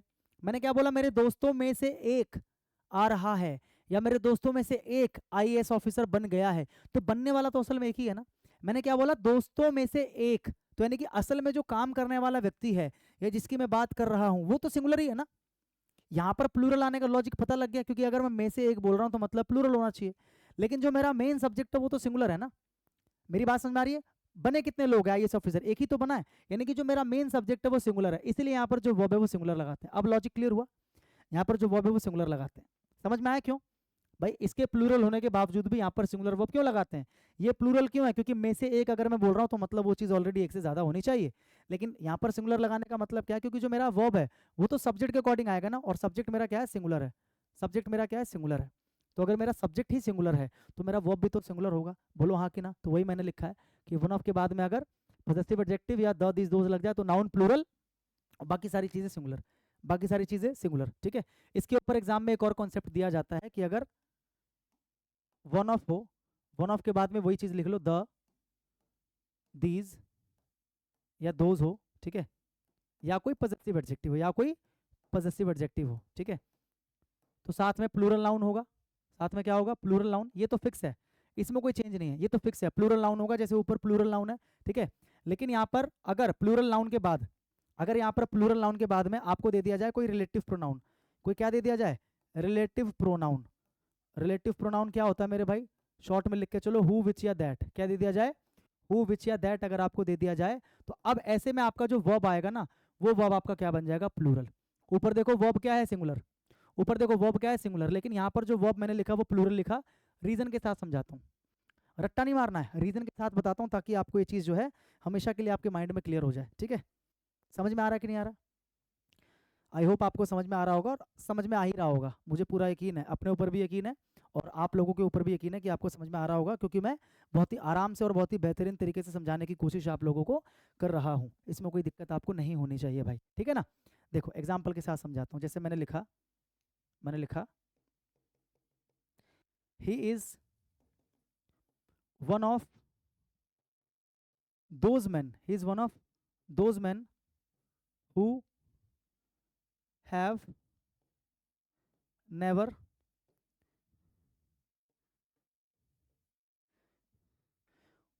seen any movie, ठीक है। He is one of those man, वो उन आदमियों में से एक है, वो उन आदमियों में से एक है, उन आदमियों में से वो एक है। किन आदमियों में से, जिन्होंने आज तक कोई मूवी नहीं देखी। मतलब ऐसे बहुत सारे आदमी जिन्होंने आज तक कोई मूवी नहीं देखी, और वो जो है ना उन्हीं आदमियों में से एक है, उन्हीं आदमियों में से क्या है, एक है। अब एक बात बताओ मेरे भाई, यहाँ पर आपको दिख रहा है वन ऑफ दिख रहा है यहाँ पर आपको, और वन ऑफ के बाद आपको दिख रहा है दोज। वन ऑफ के बाद क्या दिख रहा है आपको, दोज। एक सेकंड, असुविधा के लिए खेद है भाई, ये क्लास रोकने का रीज़न है कि यहाँ पर बिहार में इतनी बारिश हो रही है, अभी कुछ दिनों से इतनी बारिश हो रही है, जिसकी वजह से बार बार ये जो इलेक्ट्रिसिटी है ये बार बार आती जाती रहती है। और क्योंकि मेरे पास इन्वर्टर नहीं है यहाँ पर अभी, तो इसकी वजह से क्या होता है, जैसी लाइट जाती है तो जो सिस्टम है वो तो खैर उससे कनेक्टेड है, यूपीएस से कनेक्टेड है, तो वो बंद नहीं होता, लेकिन ये जो बोर्ड है बंद हो जाता है, इसलिए मुझे वहाँ पे पॉज करना पड़ता है वीडियो को, ठीक है। असुविधा के लिए खेद है, लेकिन आई होप इससे आपकी पढ़ाई भी कोई डिस्टर्बेंस नहीं आई होगी तो असुविधा के लिए मैं तहे दिल से आप लोगों से जो खेद व्यक्त करना चाहता हूँ, ठीक है। आगे आ जाइए, हम ये पढ़ रहे थे मेरे भाई, ठीक है। ये सारी स्लाइड भी उड़ चुकी थी अभी, जब लाइट गई तो वापस से मैंने इसको अपलोड किया है अभी, ठीक है। शुक्र है कि ये जो लिखा था मैंने नहीं गया, क्योंकि एकदम से जब बोर्ड बंद होता सब कुछ उड़ जाता है। आ जाइए, क्या था देखो, ये बता रहा था मैं आपको कि जब वन ऑफ के साथ में द, दिस, दोस, ऊपर वाला ही कॉन्सेप्ट था, लगाते हैं, ठीक है, पॉसेसिव एडजेक्टिव लगाते हैं, तो नाउन तो देखो प्लूरल ही है, यहाँ पर भी प्लूरल नाउन है, यहाँ पर भी प्लूरल नाउन है, यहाँ तक में कोई चेंज नहीं है। लेकिन इस प्लूरल नाउन के बाद में अगर एक रिलेटिव प्रोनाउन लगा देते हो, हु, विच या दैट, क्या लगा देते हो, हु, विच या दैट, तो अब ऐसे में क्या होता है, जो ऊपर सिंगुलर वर्ब है ना वो क्या बन जाता है, प्लूरल। वो क्या बन जाता है, प्लूरल। इसका भी रीजन बता देता हूँ मैं आपको। देखो he is one of those man, तो पहले चेक करते हैं, ही इज वन ऑफ, तो वन ऑफ दोज के बाद में, वन ऑफ दोज के बाद में जो नाउन है प्लूरल है, ये तो प्लूरल ही होगा, इसमें कोई डाउट नहीं है।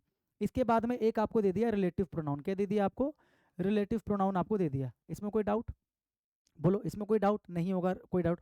अब आप अच्छे से जानते हो कि जो रिलेटिव प्रोनाउन होता है ना वो क्या करता है, वो अपने से आगे वाले यानी कि अपने एंटीसीडेंट और अपने प्रीसीडेंट यानी कि आगे पीछे वालों को क्या करता है, कनेक्ट करता है ना। तो इसका जो एंटीसीडेंट है वो क्या है, मेन, और इसका जो प्रेसिडेंट है वो क्या है, हैव, यानी कि वर्ब, यानी कि ये अपने से आगे पीछे वाले को कनेक्ट करेगा। यानी कि ये वाला जो वर्ब है ना, अब ये ही के अकॉर्डिंग नहीं आ रहा या वन के अकॉर्डिंग नहीं आ रहा, ये जो आ रहा है मैन के अकॉर्डिंग आ रहा है। किसके अकॉर्डिंग आ रहा है, मैन के अकॉर्डिंग आ रहा है। यहाँ पर जो वर्ब है वो डायरेक्ट मेरे सब्जेक्ट वन के अकॉर्डिंग आ रहा है, लेकिन यहाँ पर जो है ना ये वाला, ये इस मैन के अकॉर्डिंग आ रहा है, क्योंकि रिलेटिव प्रोनाउन से पहले मैन है। क्या है, मैन। तो अगर मैन प्लूरल है तो ऑब्वियस है ये भी आपका प्लूरल होगा, इसलिए यहाँ पर क्या लगाते हैं, प्लूरल लगाते हैं। देखो इस ही के लिए तो आपको पता ही रहा इज, है ना, आ रहा है समझ में कि नहीं आ रहा, लेकिन ये जो हैव है वो किसके लिए है, वो यहाँ पर मैन के लिए है। तो जब आपको यहाँ पर दिख जाए ना रिलेटिव प्रोनाउन, तो ऐसे में ध्यान रखना जो आपका वर्ब होगा वो क्या बन जाएगा, प्लूरल। क्यों बनेगा, क्योंकि आपको पता है कि इससे पहले वाला नाउन जो है ना वो तो हमेशा प्लूरल ही होगा, तो ऑब्वियस है कि जो वर्ब होगा वो भी क्या बन जाएगा, प्लूरल बन जाएगा। ठीक है, आई होप कि आज के बाद इसमें कोई गलती आप नहीं करोगे वन ऑफ के कॉन्सेप्ट में। मेरी बात समझ में आ रही है, कोई दिक्कत है नहीं है। तो ईच हो गया, एवरी हो गया, वन ऑफ हो गया, और मैंने क्या क्या बोला, क्या क्या इसके अंदर देखो, ईच हो गया, एवरी हो गया, वन ऑफ हो गया। अब बात करते हैं किसकी, इधर नीदर की। इधर नीदर की बात कर लेते हैं, चलो इधर और नीदर की बात कर लेते हैं, आ जाओ। ठीक है, कुछ भी छोड़ूंगा नहीं, सब कुछ करा के भेजूंगा आपको, ताकि एग्जाम में आपका स्कोर जो है अच्छा है और आपका सिलेक्शन हो। स्कोर अच्छा आने से मतलब नहीं, सिलेक्शन से मतलब है। इधर और नीदर, ठीक है, इधर और नीदर। कब लगाते हैं इधर नीदर का क्या मतलब होता है? इधर का मतलब होता है दो में से एक, नीदर का मतलब होता है दोनों में से कोई नहीं। ये हम लगाते हैं फॉर टू, ये दोनों के दोनों जो है ना दो के लिए लगाते हैं, दो से ज्यादा के लिए नहीं लगा सकते। इधर हो या नीदर हो, दोनों के दोनों हम केवल दो व्यक्ति या दो चीजों के लिए लगा सकते हैं। इधर का मतलब क्या होता है? दो में से एक, दो में से एक। और नीदर का मतलब क्या होता है? दोनों में से कोई नहीं, दोनों में से कोई नहीं, दोनों में से कोई नहीं, ठीक है। अगर इनके बाद डायरेक्ट नाउन लगा दोगे, अगर इनके बाद डायरेक्ट नाउन लगा दोगे तो ये एडजेक्टिव का काम करेंगे। किसका काम करेंगे? एडजेक्टिव का काम करेंगे, ठीक है, एडजेक्टिव का काम करेंगे। और वो जो नाउन लगेगा वो सिंगुलर लगेगा। मैं समझा देता हूँ आपको। जैसे मैंने बोला इधर या नीदर, इधर या नीदर, ठीक है। तो इसके बाद जो डायरेक्ट नाउन लगेगा, क्या लगेगा? Direct noun. वो नाउन क्या रहेगा? सिंगुलर। वो नाउन क्या रहेगा? सिंगुलर रहेगा। और अगर इसके बाद डायरेक्ट नाउन लगा दिया आपने, अगर इसके बाद आपने डायरेक्ट नाउन लगा दिया तो आपको पता है पहले की तरह जैसे ईच था, एवरी था, ऐसे ये भी क्या बन जाएगा? एडजेक्टिव। क्या बन जाएगा? एडजेक्टिव। अगर इसके बाद आपने डायरेक्ट नाउन लगा दिया तो वो क्या बन जाएगा? एडजेक्टिव बन जाएगा। इसमें कोई दिक्कत आ रही है? नहीं आनी चाहिए। अगर डायरेक्ट नाउन लगा दिया तो एडजेक्टिव बन जाएगा। और आगे जो आपका वर्ब आएगा, ऑब्वियस है, कॉमन सेंस है कि वो भी क्या बन जाएगा? सिंगुलर। वो भी क्या बन जाएगा? सिंगुलर। इसमें कोई डाउट नहीं होना चाहिए भाई। इधर नीदर के बाद अगर डायरेक्ट नाउन लगाते हो तो नाउन भी सिंगुलर, वर्ब भी सिंगुलर। एग्जाम्पल के लिए करते हैं, जैसे कि इधर रोड, इधर रोड, इधर road leads to the market, leads to the market. कि मेरे भाई मेरे सामने दो रास्ते हैं, ठीक है, और दोनों में से कोई एक ही ऐसा रास्ता है जो मार्केट की तरफ लेके जाता है हमें, ठीक है, लीड्स टू द मार्केट। दोनों में से एक ही रास्ता। देखो क्या लिखा है मैंने? इधर रोड्स, इधर रोड, सॉरी इधर रोड। इधर रोड का मतलब दोनों में से कोई एक रास्ता है।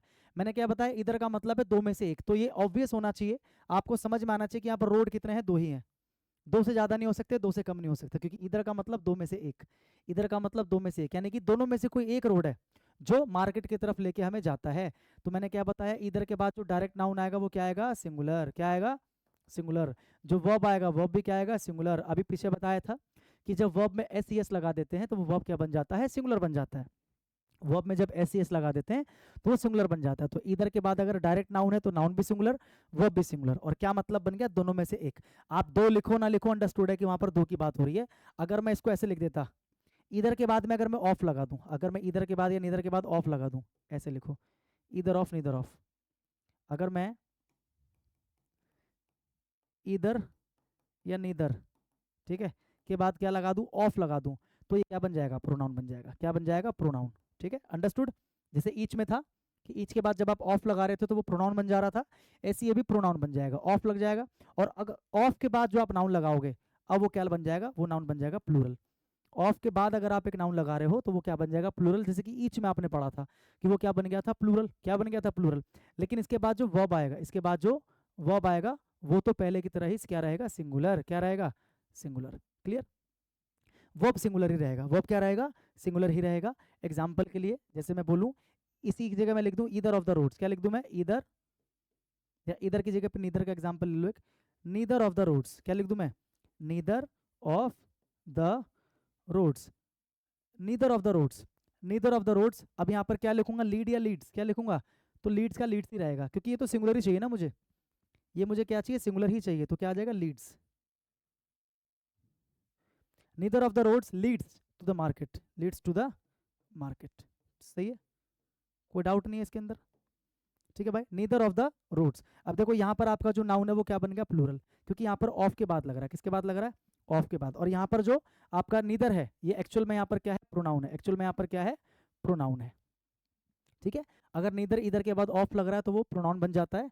जो आपका वर्ब, जो आपका नाउन आएगा, नाउन क्या आएगा आपका? प्लूरल। अब नाउन क्या लग जाएगा आपका? प्लूरल। लेकिन जो वर्ब रहेगा वो सेम पहले की तरह ही रहेगा। क्या है? देखो सिंगुलर। यहाँ पर वर्ब क्या है? सिंगुलर। ये पहले की तरह ही रहेगा। यहाँ पर भी क्या था? लीड्स, और यहाँ पर भी क्या है? लीड्स। बस नाउन क्या बन गया? प्लूरल। नाउन क्या बन गया? प्लूरल। और यहाँ पर भी अंडरस्टूड है कि यहाँ पर दो सड़कों की बात हो रही है, क्योंकि नीदर इधर का मतलब है दो में से एक, दो में से एक। आ रहा है समझ में? हाँ कि ना?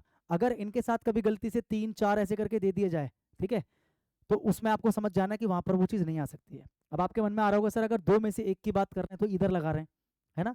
अगर सर मान लीजिए 2 से ज़्यादा हो, जैसे 3 हो या 4 हो, उनमें से एक की बात करें, तो ऐसे में क्या लगाते हैं सर? ऐसे में अभी मैंने आपको पीछे बताया ना, वन ऑफ कब लगाते हैं? जब 2 से ज़्यादा हो। वन ऑफ तभी लगाते हैं जब 2 से क्या हो, ज़्यादा हो। अगर 2 ही हो और उनमें से एक की बात करो तो ईच लगा देंगे, ठीक है। वन ऑफ की जगह पर आप एनी भी लगा सकते हो, वन ऑफ की जगह पर क्या लगा सकते हो? एनी। जब 2 से ज़्यादा में से एक की बात करो तो क्या लगा सकते हो? Any. Any of the man, यानी कि आदमियों में से कोई भी एक, ठीक है। और अगर मैं बोलूँ कि 2 से ज़्यादा हैं और मैं बोल रहा हूँ उनमें से कोई नहीं, उनमें से कोई नहीं, नन, NONA, इसका मतलब क्या है? 2 से अधिक, 2 से अधिक के लिए यूज करते हैं ये, ठीक है। और हिंदी क्या बनती है? कोई नहीं। क्या बनती है? कोई नहीं। मतलब जब 2 से अधिक हो और हम क्या बोले? उनमें से कोई भी नहीं, उनमें से कोई भी नहीं, तो वहां पर क्या यूज करते हैं? नन। क्या यूज करते हैं? नन, ठीक है। एक प्रोनाउन की तरह यूज होता है हमेशा। किसकी तरह यूज होता है? प्रोनाउन की तरह,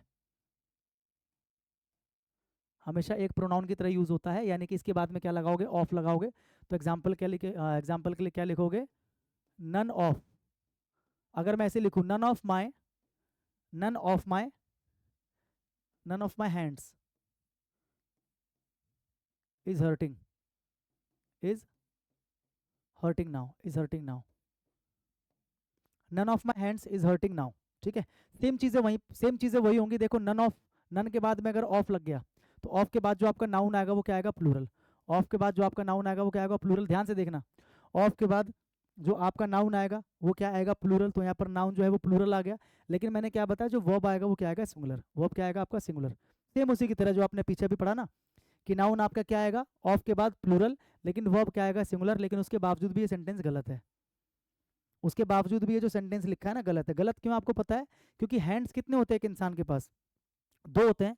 और जो चीज़ ऑब्वियस है कि 2 ही है, अगर कोई चीज़ ऑब्वियस है कि वो 2 ही है, तो मैंने क्या बताया? नन लगाते हैं 2 से ज़्यादा के लिए। तो जब मुझे पता है कि हैंड्स 2 ही होते हैं, तो क्या यहाँ पर नन लगा सकते? नहीं लगा सकते। यहाँ पर आप क्या लगाओ? नीदर। क्या लगाओ? नीदर। तो क्या लिखोगे? Neither of my hands. क्या लिखोगे? Neither of my hands. यहाँ पर नन की जगह पर क्या आएगा? नीदर। नन की जगह पर क्या आएगा?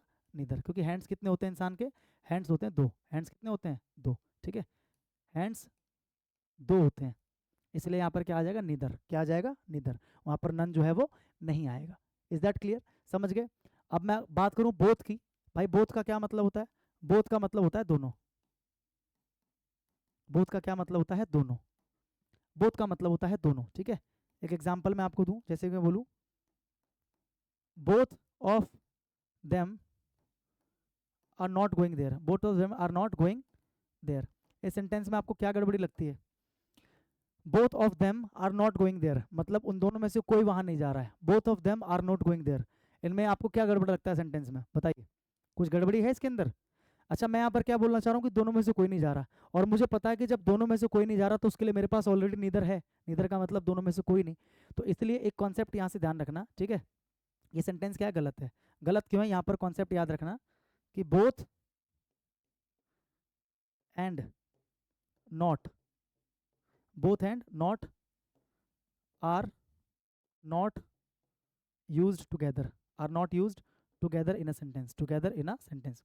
बोथ के साथ कभी नॉट का इस्तेमाल मत करना, क्योंकि बोथ और नॉट मिलकर नीदर बन जाता है। बोथ और नॉट मिलकर नीदर बन जाता है। अगर आप यहाँ पर बोल रहे हो कि दोनों में से कोई नहीं गया, तो मतलब मैं यही तो कहना चाह रहा हूँ कि दोनों में से कोई नहीं गया, तो दोनों में से कोई नहीं का क्या मतलब है? नीदर। तो इसकी जगह पर आप क्या बोलोगे? Neither of them. क्या बोलोगे? Neither of them, neither of them. और जब नीदर आ गया तो आपको आगे नॉट लगाने की आवश्यकता नहीं है, क्योंकि अपने आप में क्या हो जाता है? ये अपने आप में नेगेटिव का काम करता है ना ये, तो वहां पर आपको नॉट लगाने की आवश्यकता नहीं है। तो क्या बोलोगे? Neither of them. अब सीधा बोलोगे इज, क्योंकि मैंने क्या बताया? ऑफ के बाद जो आपका ये होता है ऑफ देम, ऑफ दोज, तो ये तो आपका प्लूरल होता है ऑफ के बाद, लेकिन जो आगे वर्ब आता है वो सिंगुलर आता है। तो neither of them is going there, is going there. क्या आपको मेरी बात समझ में आई? ये आपका सेंटेंस बिल्कुल क्या करेक्ट है। मैंने क्या बताया? ऑफ के बाद जो आपका नाउन या प्रोनाउन आएगा वो प्लूरल आएगा, तो यहाँ पर प्लूरल आ गया, नीदर ऑफ देम। अगर यहाँ पर नीदर ऑफ दीज दोज होता है ना, या वही वाली चीज जो मैंने बताया पॉजेसिव एडजेक्टिव होता, तो नाउन प्लूरल आ जाता, लेकिन यहाँ पर नाउन कहीं पर नहीं है, तो यही प्लूरल होना चाहिए। अगर यहाँ पर डायरेक्ट प्रोनाउन आ जाए ऑफ के बाद तो वो प्लूरल हो जाएगा, जैसे नाउन प्लूरल हो जाता है वैसे ये भी प्लूरल हो जाएगा ऑफ के बाद, लेकिन जो आपका वर्ब आएगा वो सिंगुलर ही आएगा। समझ में आया? तो इसकी जगह पर ये जो मैंने लिखा है ना, ये इसकी जगह पर क्या आ जाएगा? नीदर वाला। क्या आ जाएगा? नीदर वाला, क्योंकि बोथ के साथ में नॉट का इस्तेमाल सेंटेंस में नहीं किया जाता। तो अगर किसी सेंटेंस में बोथ और नॉट आपको दिखाई दे रहे हैं तो आप समझ जाना कि वहां पर क्या है? गड़बड़ी है, वहां पर क्या है? गड़बड़ी है, ठीक है। अब मैं अगर आपको इसको इस तरीके से दे दूं, तो आप एरर किस में मारोगे, इसमें एरर मारोगे, इसमें एरर मारोगे, इसी में मारोगे, क्योंकि बोथ तो ठीक है ना अपनी जगह, बोथ के साथ नॉट नहीं आता तो गलती इसकी है ना, उसकी क्या गलती है, बोथ तो अपने आप में ठीक है। तो बोथ ऑफ देम, अब यहाँ से नॉट हटा दो तो क्या बन जाएगा, आर गोइंग देयर। अब बिल्कुल करेक्ट है कि both of them are going there, कि दोनों जा रहे हैं वहां पे, both of them are going there, दोनों वहां पर जा रहे हैं। तो नॉट को हटा दोगे तो सेंटेंस क्या बन जाएगा, सही बन जाएगा, सेंटेंस क्या बन जाएगा, सही बन जाएगा। इज दैट क्लियर, इसमें कोई डाउट है, ठीक है। चलो इतना हो गया, बहुत बढ़िया, आगे बढ़े, आ जाओ। कार्डिनल एडजेक्टिव, कार्डिनल एडजेक्टिव क्या होता है, what is cardinal adjective, cardinal adjective का मतलब होता है जो नंबर्स होते हैं, कार्डिनल एडजेक्टिव का मतलब क्या होता है, जो नंबर्स होते हैं, जैसे कि 1 2 3 एटसेट्रा, जितने भी नंबर्स होते हैं ना, इनको हम बोलते हैं कार्डिनल एडजेक्टिव्स। क्या बोलते हैं, कार्डिनल एडजेक्टिव्स, यानी कि जो प्रमुख संख्याएं होती हैं 1 2 3 4 5 6 7, इनको बोलते हैं कार्डिनल एडजेक्टिव्स। तो अगर कार्डिनल एडजेक्टिव हो, उसके साथ में एक प्लूरल नाउन हो, उसके साथ में क्या हो, एक प्लूरल नाउन हो, expressing a certain amount, noun तो प्लूरल हो, लेकिन वो जो नाउन है साथ में जो कार्डिनल एडजेक्टिव है, वो दोनों मिलकर एक्सप्रेस करते हैं एक सर्टेन अमाउंट को, या एक सर्टेन वेट को यानी कि वजन को, या एक सर्टेन पीरियड ऑफ टाइम को, या एक सर्टेन डिस्टेंस को, या फिर एक सर्टेन हाइट को, अगर वो क्या करते हैं, एक्सप्रेस करते हैं। तो ऐसे में आपको क्या करना है, ऐसे में आपका जो वर्ब होगा वो क्या बन जाएगा, सिंगुलर। ऐसे में आपका जो वर्ब होगा, आप यहाँ पर लिखो, ऐसे में जो आपका वर्ब होगा वो क्या होगा, सिंगुलर वर्ब, क्या होगा, सिंगुलर वर्ब, ठीक है। अब आप कहोगे सर यहाँ पर तो नाउन प्लूरल है लेकिन वर्ब सिंगुलर कैसे, क्योंकि मैंने क्या बताया, नाउन सिंगुलर होगा लेकिन जो एक्सप्रेस करेगा वो किसी एक सर्टेन अमाउंट को एक्सप्रेस करेगा, किसी सर्टेन वेट को एक्सप्रेस करेगा। जैसे फॉर एग्जाम्पल मैं बोलूँ 10 miles, 10 miles is a long distance, ठीक है। यहाँ पर जो मैंने लिखा है 10 माइल्स, आप देखो ध्यान से, मैंने एक कार्डिनल एडजेक्टिव लिखा है यहाँ पर 10, हाँ कि ना, यहाँ पर मैंने एक कार्डिनल एडजेक्टिव लिखा 10 और उसके साथ में मैंने एक प्लूरल नाउन लिखा, कार्डिनल के साथ में मैंने एक प्लूरल नाउन लिखा, लेकिन ये दोनों मिलकर ना यहाँ पर मुझे जो टोन दे रहे हैं सेंटेंस में, जो बात हो रही है सेंटेंस में, तो यहाँ पर 10 मील को अलग अलग होने की बात नहीं कर रहा हूँ मैं, यहाँ पर 10 मील को एक सर्टेन किसकी बात कर रहा हूँ मैं, एक सर्टेन में डिस्टेंस की बात कर रहा हूँ, एक निश्चित दूरी की बात करता हूँ कि भाई 10 मील जो है ना एक बहुत लंबी दूरी होती है, तो 10 मील को यहाँ पर मैं एक सर्टेन डिस्टेंस की तरह यूज कर रहा हूँ। मैं यहाँ पर ये नहीं बताना चाह रहा कि मैं 10 मील गया है ना, या 10 मील इतने मील के बराबर होता, नहीं, मैं यहाँ पर क्या बता रहा हूँ कि 10 मील अपने आप में एक लंबी दूरी है, तो 10 मील को मैं एक सर्टेन डिस्टेंस के तौर पे यहाँ पर यूज कर रहा हूँ। तो जब इसको आप सर्टेन डिस्टेंस या सर्टेन हाइट या सर्टेन वेट के हिसाब से यूज करते हो, तो ऐसे में इसको क्या मानोगे आप, सिंगुलर, क्या मानोगे, सिंगुलर। तो यहाँ पर जो वर्ब है वो भी क्या आ जाएगा, सिंगुलर, क्या आ जाएगा, सिंगुलर आ जाएगा। मेरी बात समझ में आ रही है, जैसे कि फॉर एग्जाम्पल मैं बोलूँ 100 rupees is in my pocket, is in my pocket, यानी कि 100 रुपये मेरी जेब में है, 100 रुपये मेरी जेब में, 100 रुपीज। देखो यहाँ पर क्या है, कार्डिनल एडजेक्टिव है, यहाँ पर कार्डिनल एडजेक्टिव के साथ में एक प्लूरल नाउन है, लेकिन ये दोनों के दोनों मिलके एक सर्टेन अमाउंट को व्यक्त कर रहे हैं, एक सर्टेन अमाउंट को व्यक्त कर रहे हैं कि 100 रुपये मेरी जेब में है। तो यानी कि यहाँ पर 100 रुपये को मैंने एक सर्टेन अमाउंट माना है, 100 रुपये को मैंने यहाँ पर एक सर्टेन अमाउंट माना है, एक सर्टेन अमाउंट एक ही जगह पे मैंने उसको माना है, तो यहाँ पर इसको क्या मानेंगे, सिंगुलर, क्या मानेंगे, singular.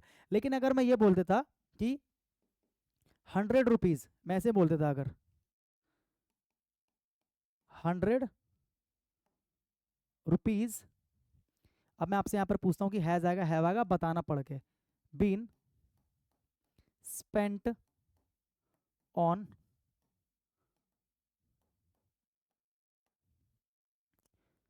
Different purchases, different purchases, मतलब जो हमने अलग अलग खरीदारी की है, 100 रुपये उस पर खर्च किए हमने, 5 रुपये का कुछ लिया होगा, 10 रुपये का कुछ लिया होगा, 15 रुपये का कुछ लिया होगा। अब आपको ये अच्छे से पता है कि यहाँ पर भी सेम चीज़ है, एक कार्डिनल एडजेक्टिव के साथ में एक प्लूरल नाउन है, सेम चीज़ है, लेकिन सेंटेंस को पढ़ के आपको पता लग रहा है कि यहाँ पर मैं इसको एज अ होल यूनिट या एज अ होल अमाउंट इसको मैं नहीं लेके चल रहा, एक सर्टेन अमाउंट इसको नहीं लेके चल रहा, मैं यहाँ पर बताना चाह रहा हूँ कि जो 100 रुपये है ना वो अलग अलग खरीदारी पे खर्च हुआ है, यानी कि मैं 100 रुपये को अलग अलग टुकड़ों में तोड़ रहा हूँ, एक एक सर्टेन अमाउंट के तौर पे तो यूज नहीं कर रहा, जैसे यहाँ पर सीधा मैंने बोला 100 रुपये मेरी जेब में, यानी कि मैं उसको एक साथ ही एक ही अमाउंट मान के चल रहा हूँ। लेकिन जब मैं ये बोल रहा हूँ कि 100 रुपये अलग अलग खरीदारी में यूज किया गया, यानी कि 5 रुपये का कुछ लिया गया, 10 रुपये का कुछ लिया गया, 15 रुपये का कुछ लिया गया, तो इसका मतलब आप क्या समझे कि यहाँ पर जो 100 रुपये है वो एक सर्टेन अमाउंट के तौर पर मैंने यूज नहीं किया सेंटेंस में, इसको मैं अलग अलग खर्चों के तौर पे दिखा रहा हूँ कि कहीं इतना खर्च हुआ, कहीं इतना खर्च हुआ।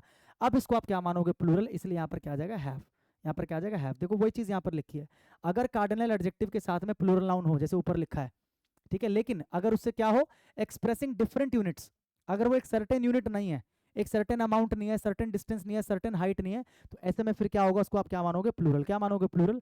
और जो यहाँ पर वर्ब आएगा वहाँ पर क्या आ जाएगा, प्लूरल वर्ब। क्या आ जाएगा, प्लूरल वर्ब। ठीक है, पढ़ के पता लगा लोगे कि एक सिंगुलर यूनिट उसको माना गया है या उसको डिफरेंट यूनिट्स मान के हम कर रहे हैं उसको, तो इससे आपको पता लग जाएगा कि सिंगुलर वर्ब आना चाहिए या प्लूरल वर्ब आना चाहिए। इज दैट क्लियर भाई, इतना सबको समझ में आ रहा है। ठीक है, एक एग्जाम्पल और करा दूं, जैसे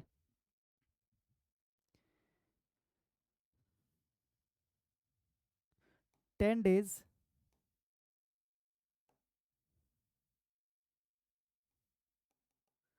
is a long period to wait for the result, wait for the result। भाई रिजल्ट का इंतजार करने की अगर बात है ना, तो 10 दिन का जो समय है ना वो एक बहुत लंबा पीरियड है। यानी कि यहाँ पर 10 के साथ में मैंने प्लूरल नाउन लिखा लिखा, लेकिन यहाँ पर 10 डेज को मैं अलग अलग दिन ना मानकर यहाँ पर 10 डेज को मैं एक ही टाइम पीरियड मान के चल रहा हूँ कि भाई 10 दिन की जो अवधि है, तुम बोल रहे हो 10 दिन बाद रिजल्ट आएगा, ये जो 10 दिन की अवधि है ना बहुत लंबा समय है, तो मैं 10 दिन को अलग अलग तो नहीं बोल रहा कि 1 दिन 2 दिन 3 दिन, वो 10 दिन को मैं एक अवधि मान के चल रहा हूँ, एक टाइम पीरियड, एक सर्टेन टाइम पीरियड मान के चल रहा हूँ, एक सर्टेन क्या मान के चल रहा हूँ, टाइम पीरियड। तो वहां पर क्या आ जाएगा, 10 days is a long period, 10 days is a long period. मेरी बात आपको समझ में आ रही है, यहाँ पर 10 दिन को मैं एक सर्टेन पीरियड के तौर पे लेके चल रहा हूँ, 10 दिन को मैं एक सर्टेन पीरियड के तौर पे लेके चल रहा हूँ, तो यहाँ पर क्या आ जाएगा, 10 days is a long period, कि मतलब 10 दिन की जो अवधि है ना वो एक लंबी अवधि है, रिजल्ट के इंतजार के लिए क्या है, एक लंबी अवधि है। ठीक है, अब एक और एग्जांपल देता हूं, 10 days have passed but you haven't come here। 10 days have passed, 10 दिन बीत चुके हैं। अब यहाँ पर 10 दिन को मैं एक सर्टेन अवधि तो नहीं मान रहा, 10 दिन बीतने का मतलब क्या है कि एक दिन बीता होगा, फिर दूसरा दिन बीता होगा, फिर तीसरा दिन बीता होगा, यानी कि यहाँ पर मैं उसको डिफरेंट यूनिट्स मान के चल रहा हूँ कि 10 दिन बीते, एक दिन बीता, 2 दिन बीता, 3 दिन बीता, अलग अलग यूनिट मान के चल रहा हूँ, तो यहाँ पर आप इसको क्या मानोगे, प्लूरल। क्या मानोगे, प्लूरल। तो 10 days have passed but you haven't come here, कि 10 दिन बीत चुके हैं लेकिन तुम यहाँ नहीं आए, तुम यहाँ नहीं आए। मेरी बात समझ में आ रही है, बोलो हाँ कि ना। तो जब आप कार्डिनल के साथ में प्लूरल नाउन लगाते हो और अगर उससे आप किसी एक सर्टेन अमाउंट, सर्टेन वेट या सर्टेन पीरियड को दिखाते हो तो वहाँ पर सिंगुलर वर्ब आता है, लेकिन जब आप डिफरेंट यूनिट्स को दिखाते हो, किसको दिखाते हो, डिफरेंट यूनिट्स को, तो वहाँ पर क्या आ जाएगा, प्लूरल वर्ब आ जाएगा। ठीक है भाई, इस चीज़ को याद रख लोगे, हाँ कि ना। आगे बढ़े, चलिए देखो, concept of indefinite pronouns. Indefinite pronouns क्या होते हैं भाई, व्हाट इज इंडेफिनेट प्रोनाउन, जैसे कि सम से, एनी से, एवरी से जो बनने वाले होते हैं, जैसे कि मैं बोलूँ समबडी, या मैं बोलूँ समवन, या बोलूँ समथिंग। ठीक है, 3 तरह की चीज़ें बनती हैं। या मैं एनी से बनाऊं, एनीबडी, एनीवन, या एनीथिंग। या फिर मैं नो से बनाऊं, जैसे कि नोबडी, नो वन, या नथिंग। एवरी से बनाऊं, जैसे एवरीबडी, एवरीवन। ठीक है, या फिर लिखो एवरीथिंग।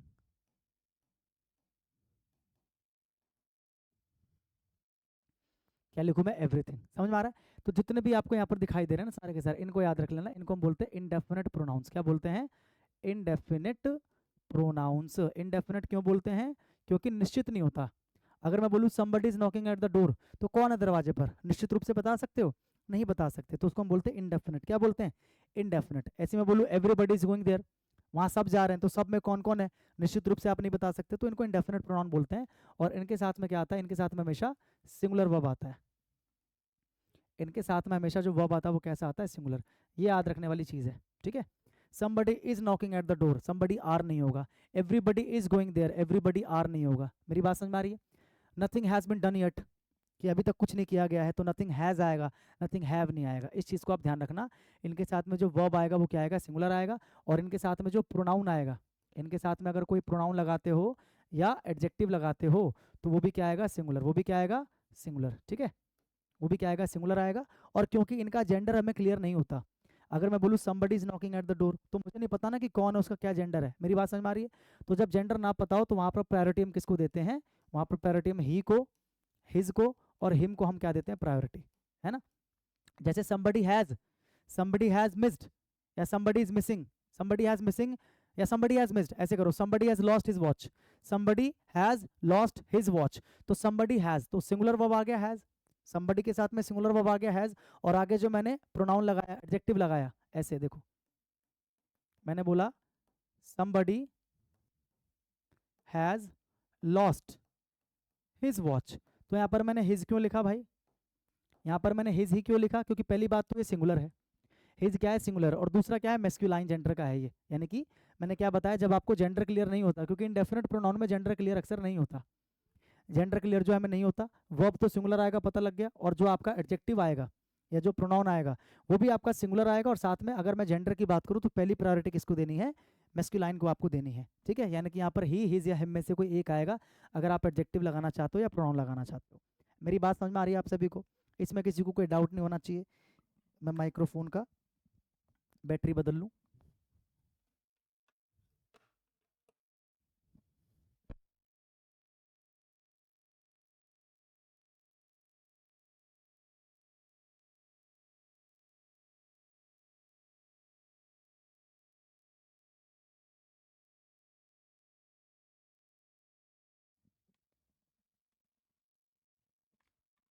चलो भाई, ठीक है, बढ़े आगे, आवाज़ आ रही है, बहुत बढ़िया। चलो, concept of many a many an, बहुत आसान सी चीज़ है, बहुत अच्छी चीज़ है, समझ लेना ध्यान से कि मैनी अ या मैनी एन अगर आपको दिख जाए कहीं पर, तो इसके बाद में आपका जो नाउन आएगा, जो आपका नाउन आएगा वो क्या आएगा, सिंगुलर, वो क्या आएगा, सिंगुलर। और आगे जो आपका वर्ब आएगा, आपका वर्ब भी क्या आएगा, सिंगुलर। अब आप कहोगे सर ये क्या बता रहे हैं आप, हमने तो आज तक ये पढ़ा था कि मैनी के बाद में प्लूरल आता है, मैनी बॉयज़, है ना, मैनी गर्ल्स, मैनी कार्स। तो अगर मैनी के डायरेक्ट बाद आएगा तब ना प्लूरल आएगा, लेकिन यहाँ पर अगर मैनी के साथ में लग जाए अ या एन, अब कहोगे सर ये तो कॉन्ट्राडिक्टरी हो गया, ये तो सर कॉन्ट्राडिक्टरी हो गया। कैसे कॉन्ट्राडिक्टरी हो गया सर, मैनी का मतलब होता है बहुत सारे, और ए एन का मतलब होता है एक, तो कॉन्ट्राडिक्टरी हो गया, ये प्लूरल है सिंगुलर है दोनों साथ में कैसे। देखो इसका कुछ अलग मतलब होता है, जैसे अगर आप बोलते हो मैनी सोल्जर्स, अगर आप बोलते हो, ध्यान से समझो, अगर आप बोलते हो मैनी सोल्जर्स, क्या बोलते हो, मैनी सोल्जर्स अगर आप बोलते हो तो इसका मतलब बहुत सारे सिपाही, मैनी सोल्जर्स। लेकिन अगर आप बोलते हो मैनी अ सोल्जर, क्या बोलते हो, मैनी अ सोल्जर, तो इसका मतलब जानते हो क्या है, इसका मतलब क्या है, ये अ सोल्जर अलग है, मैनी अलग है, ये मतलब होता है इसका। यानी कि एक सिपाही और ऐसे ऐसे एक एक करके बहुत सारे सिपाही, समझ में आ रहा है बात, इसका ये मतलब होता है। जब आप एम्फेसाइज करना चाहते हो कि तुम एक सिपाही की बात करते हो, ऐसे एक एक पता नहीं कितने सिपाही शहीद हो गए, मैं डायरेक्ट भी बोल सकता था कि बहुत सिपाही शहीद हो गए, तुम एक सिपाही की बात कर रहे हो, ऐसे एक एक करके पता नहीं कितने सिपाही शहीद हो गए। तो जब हम थोड़ा सा एम्फेसाइज कर देते हैं तो मैनी के साथ में अ लगा के सिंगुलर नाउन लगा देते हैं। डायरेक्ट लगाओगे तो प्लूरल आ जाएगा, और वो भी काउंटेबल आना चाहिए, क्योंकि मैनी के साथ में काउंटेबल नाउन हमेशा इस्तेमाल करते हैं, अनकाउंटेबल इस्तेमाल नहीं कर सकते। मैनी वाटर नहीं बोल सकते, मैनी मिल्क नहीं बोल सकते, मैनी ऑयल नहीं बोल सकते, मैनी एयर नहीं बोल सकते। समझ में आ रहा है, हाँ कि ना? तो ये इसका मतलब होता है। जैसे मैनी और सोल्जर मतलब ऐसे एक एक करके बहुत सारे सोल्जर, तो यानी कि असल में देखा जाए तो वो क्या माना जाएगा, वो सिंगुलर ही माना जाएगा। तो मैनी अ क्या आ जाएगा, मैनी अ, तो नाउन क्या आ जाएगा, सिंगुलर, नाउन क्या आ जाएगा, सिंगुलर, और वर्ब भी क्या आ जाएगा, सिंगुलर। कैसे कैसे पता लगेगा यार, एक बात बताओ, ए या एन के बाद अगर आप एक नाउन लगा रहे हो तो सिंगुलर ही तो लगाओगे ना। ए या एन का मतलब क्या होता है, एक एक आर्टिकल है ना ये, तो इसके बाद जो नाउन आता है वो तो सिंगुलर ही आता है, तो इसमें तो कोई दिक्कत वाली बात ही नहीं है ना। तो आप क्या बोलोगे, many, many a man, many a, या फिर ऐसे करो, many a soldier, many a soldier has sacrificed sacrificed his life for the country, for the country। तो मेरे भाई, मेरे मित्र, ध्यान रखना कि मैनी अ आ रहा है ना यहाँ पर, तो मैनी अ के बाद जो आपका नाउन आएगा वो क्या आएगा, सिंगुलर। क्या आएगा आपका नाउन, सिंगुलर। तो क्या सिंगुलर है, बिल्कुल सिंगुलर है। जो आगे वर्ब आएगा वो भी क्या आएगा, सिंगुलर। तो क्या है, सिंगुलर है, बिल्कुल सिंगुलर है, कोई दिक्कत वाली बात नहीं है। और जो भी प्रोनाउन या एडजेक्टिव वगैरह आएगा वो भी क्या आएगा, सिंगुलर। तो यहाँ पर क्या आ गया, हिज यानी कि सिंगुलर, ये भी क्या है आपका, सिंगुलर, ठीक है। यानी कि सेंटेंस ओवरऑल आपका क्या है, करेक्ट है। तो मैनी अ के बाद या मैनी एन के बाद अगर कोई नाउन आता है तो वो सिंगुलर आएगा, और जो आपका वर्ब आएगा इसके बाद वो भी क्या आएगा, सिंगुलर। अगर आपको ये चीज़ याद रह गई तो फिर कोई दिक्कत नहीं है। अ कब आता है आप जानते हो, और एन कब आता है आप ये भी जानते हो। अगर यहाँ पर कोई नाउन ऐसा हो, ठीक है, जो वोवल साउंड से शुरू हो रहा हो। किससे शुरू हो रहा हो? वोवल साउंड से। वोवल साउंड क्या होता है? हिंदी में जो हम बोलते हैं ना मात्राएं, अ आ ई उ ए ऐ ओ औ अं अह, ये सारी क्या है? वोवल साउंड बोलते हैं इनको हम, यानी कि मात्राएं। अगर इनसे शुरू हो साउंड तो फिर क्या आ जाएगा? An, an apple, an elephant बोलते हैं ना हम लोग। समझ में आ रहा है? तो ये ओवरऑल कॉन्सेप्ट है मैनी अ और मैनी एन का। याद रहेगा? हाँ कि ना? कॉन्सेप्ट ऑफ इफ एज दो suppose I wish in case and would that, ये सारे के सारे जो हम वर्ड्स आपको दिखाई दे रहे हैं ना, ये हम यूज करते हैं अगर हमें किसी सेंटेंस को क्या बनाना हो? इमेजिनरी बनाना हो। किसी सेंटेंस को अगर हमें बनाना हो इमेजिनरी, इमेजिनरी का मतलब क्या होता है? काल्पनिक। किसी सेंटेंस को अगर हमें काल्पनिक बनाना हो, इमेजिनरी बनाना हो, तो वहां पर हम एज इफ, एज दो, है ना, इफ, सपोज, आई विश, ये सारी चीजें, या वुड दैट, हम ये सब लगाते हैं। तो ऐसे में आपको याद क्या रखना है मैं आपको बता देता हूँ, ठीक है। अगर इफ लगाते हो, साथ में क्या लगाते हो? सब्जेक्ट। सब्जेक्ट के बाद में यहाँ पर जो वर्ब आएगा ये फिक्स है, इसमें कोई ऊपर नीचे आगे पीछे की बात नहीं, फिक्स है कि यहाँ पर जो वर्ब आएगा वो हमेशा क्या आएगा? वर। ये फिक्स है, इसको कोई माइकल लाल चेंज नहीं कर सकता, ये फिक्स्ड है ये, ठीक है। अब यहाँ पर आपका कौन सा सब्जेक्ट है, क्या सब्जेक्ट है, उससे कोई फर्क नहीं पड़ता। अगर इमेजिनरी सेंटेंस आप बना रहे हो तो वहां पर एज अ वर्ब जो है आप हमेशा वर यूज करोगे। ना तो वॉज आएगा, ना इज आएगा, ना हैज आएगा, ना हैव आएगा, ना विल आएगा, ना शैल आएगा, कुछ नहीं आएगा। यहाँ पर केवल और केवल क्या आएगा? वर। केवल और केवल क्या आएगा? वर आएगा, ठीक है। और आगे आपको जो भी ऑब्जेक्ट लगाना हो वो आप ऑब्जेक्ट अपनी खुशी से लगा सकते हो, जैसा भी आपका मन करे।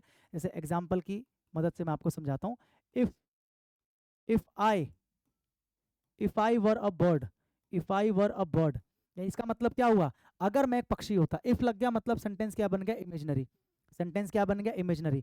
अगर मैं एक पक्षी होता, तो अगर इफ लगा के सेंटेंस को इमेजिनरी बनाते हो तो यहाँ पर कोई भी सब्जेक्ट हो उससे फर्क नहीं पड़ता, यहाँ पर तो हमेशा क्या आएगा? वर। If I were a bird, अगर मैं पक्षी होता तो आगे क्या लिखो? I would fly in the sky, I would fly in the sky, तो मैं आसमान में उड़ता। भाई मेरी भी इच्छा आसमान में उड़ने की, तो अगर मैं पक्षी होता तो मैं आसमान में उड़ता, ठीक है।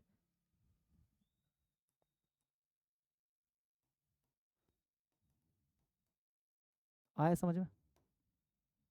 ठीक है। Would that, would that she were a queen, she were a queen, would that she were a queen. देखो यहाँ पर वुड दैट आ गया, तो वुड दैट का मतलब क्या है? कि सेंटेंस इमेजिनरी है। वुड दैट का मतलब क्या है? कि सेंटेंस क्या है? इमेजिनरी। तो वुड दैट शी वर, तो जब इमेजिनरी तो यहाँ पर हमेशा क्या आएगा? वर। यहाँ पर हमेशा क्या आएगा? वर। इसमें कोई भी किसी भी तरीके का कोई भी ऑपोजिशन नहीं है, ठीक है, हमेशा वर आएगा। Would that she were a queen, अगर वो एक रानी होती, अगर वो एक रानी होती तो यहाँ पर क्या लिखेंगे? Would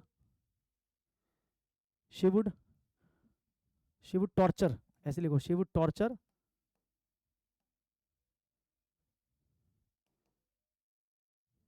she would torture everyone. अगर वो एक क्वीन होती तो शी वुड टॉर्चर एवरीवन, तो हर किसी को टॉर्चर करती। मतलब जैसी वो है, अगर मान लो गलती से वो क्वीन होती तो वो सबको टॉर्चर करती, अपनी पूरी प्रजा को क्या करती? वो टॉर्चर करती। तो आप इफ से बनाओ, एज इफ से बनाओ, एज दो से बनाओ, सपोज से बनाओ, आई विश से बनाओ, और अगर सेंटेंस क्या बन रहा है? इमेजिनरी। क्या बन रहा है? इमेजिनरी। तो ऐसे में आपको क्या करना है? हमेशा वर का इस्तेमाल करना है। किसका इस्तेमाल करना है? वर का इस्तेमाल करना है, ठीक है। आ रहा है समझ में? हाँ कि ना? जैसे कि ही, एक और एग्जांपल लिखते हैं, he talked to me, he talked to me as if he were my father, he talked to me as if he were my father, मतलब उसने मुझसे ऐसे बात की जैसे वो मेरा पिता हो। एज इफ, तो एज इफ का मतलब क्या है? जैसे मानो, यानी कि कल्पना की तो बात हो रही है। मानो का मतलब कल्पना की जा रही है। एज इफ ही वर, तो यहाँ पर क्या आ जाएगा? वर। यहाँ पर क्या आ जाएगा? Were. As if he were my father, ठीक है। तो अगर आपको ये लिखे हुए दिखाई देते हैं, सेंटेंस अगर इमेजिनरी बन रहा है तो वहां पर हमेशा एज अ वर्ब जो है वो क्या यूज होगा? वर यूज होगा। और ये फिक्स है, ये क्या है? फिक्स है, इसमें कोई डाउट किसी को नहीं होना चाहिए, ठीक है। आगे बढ़े, अगला।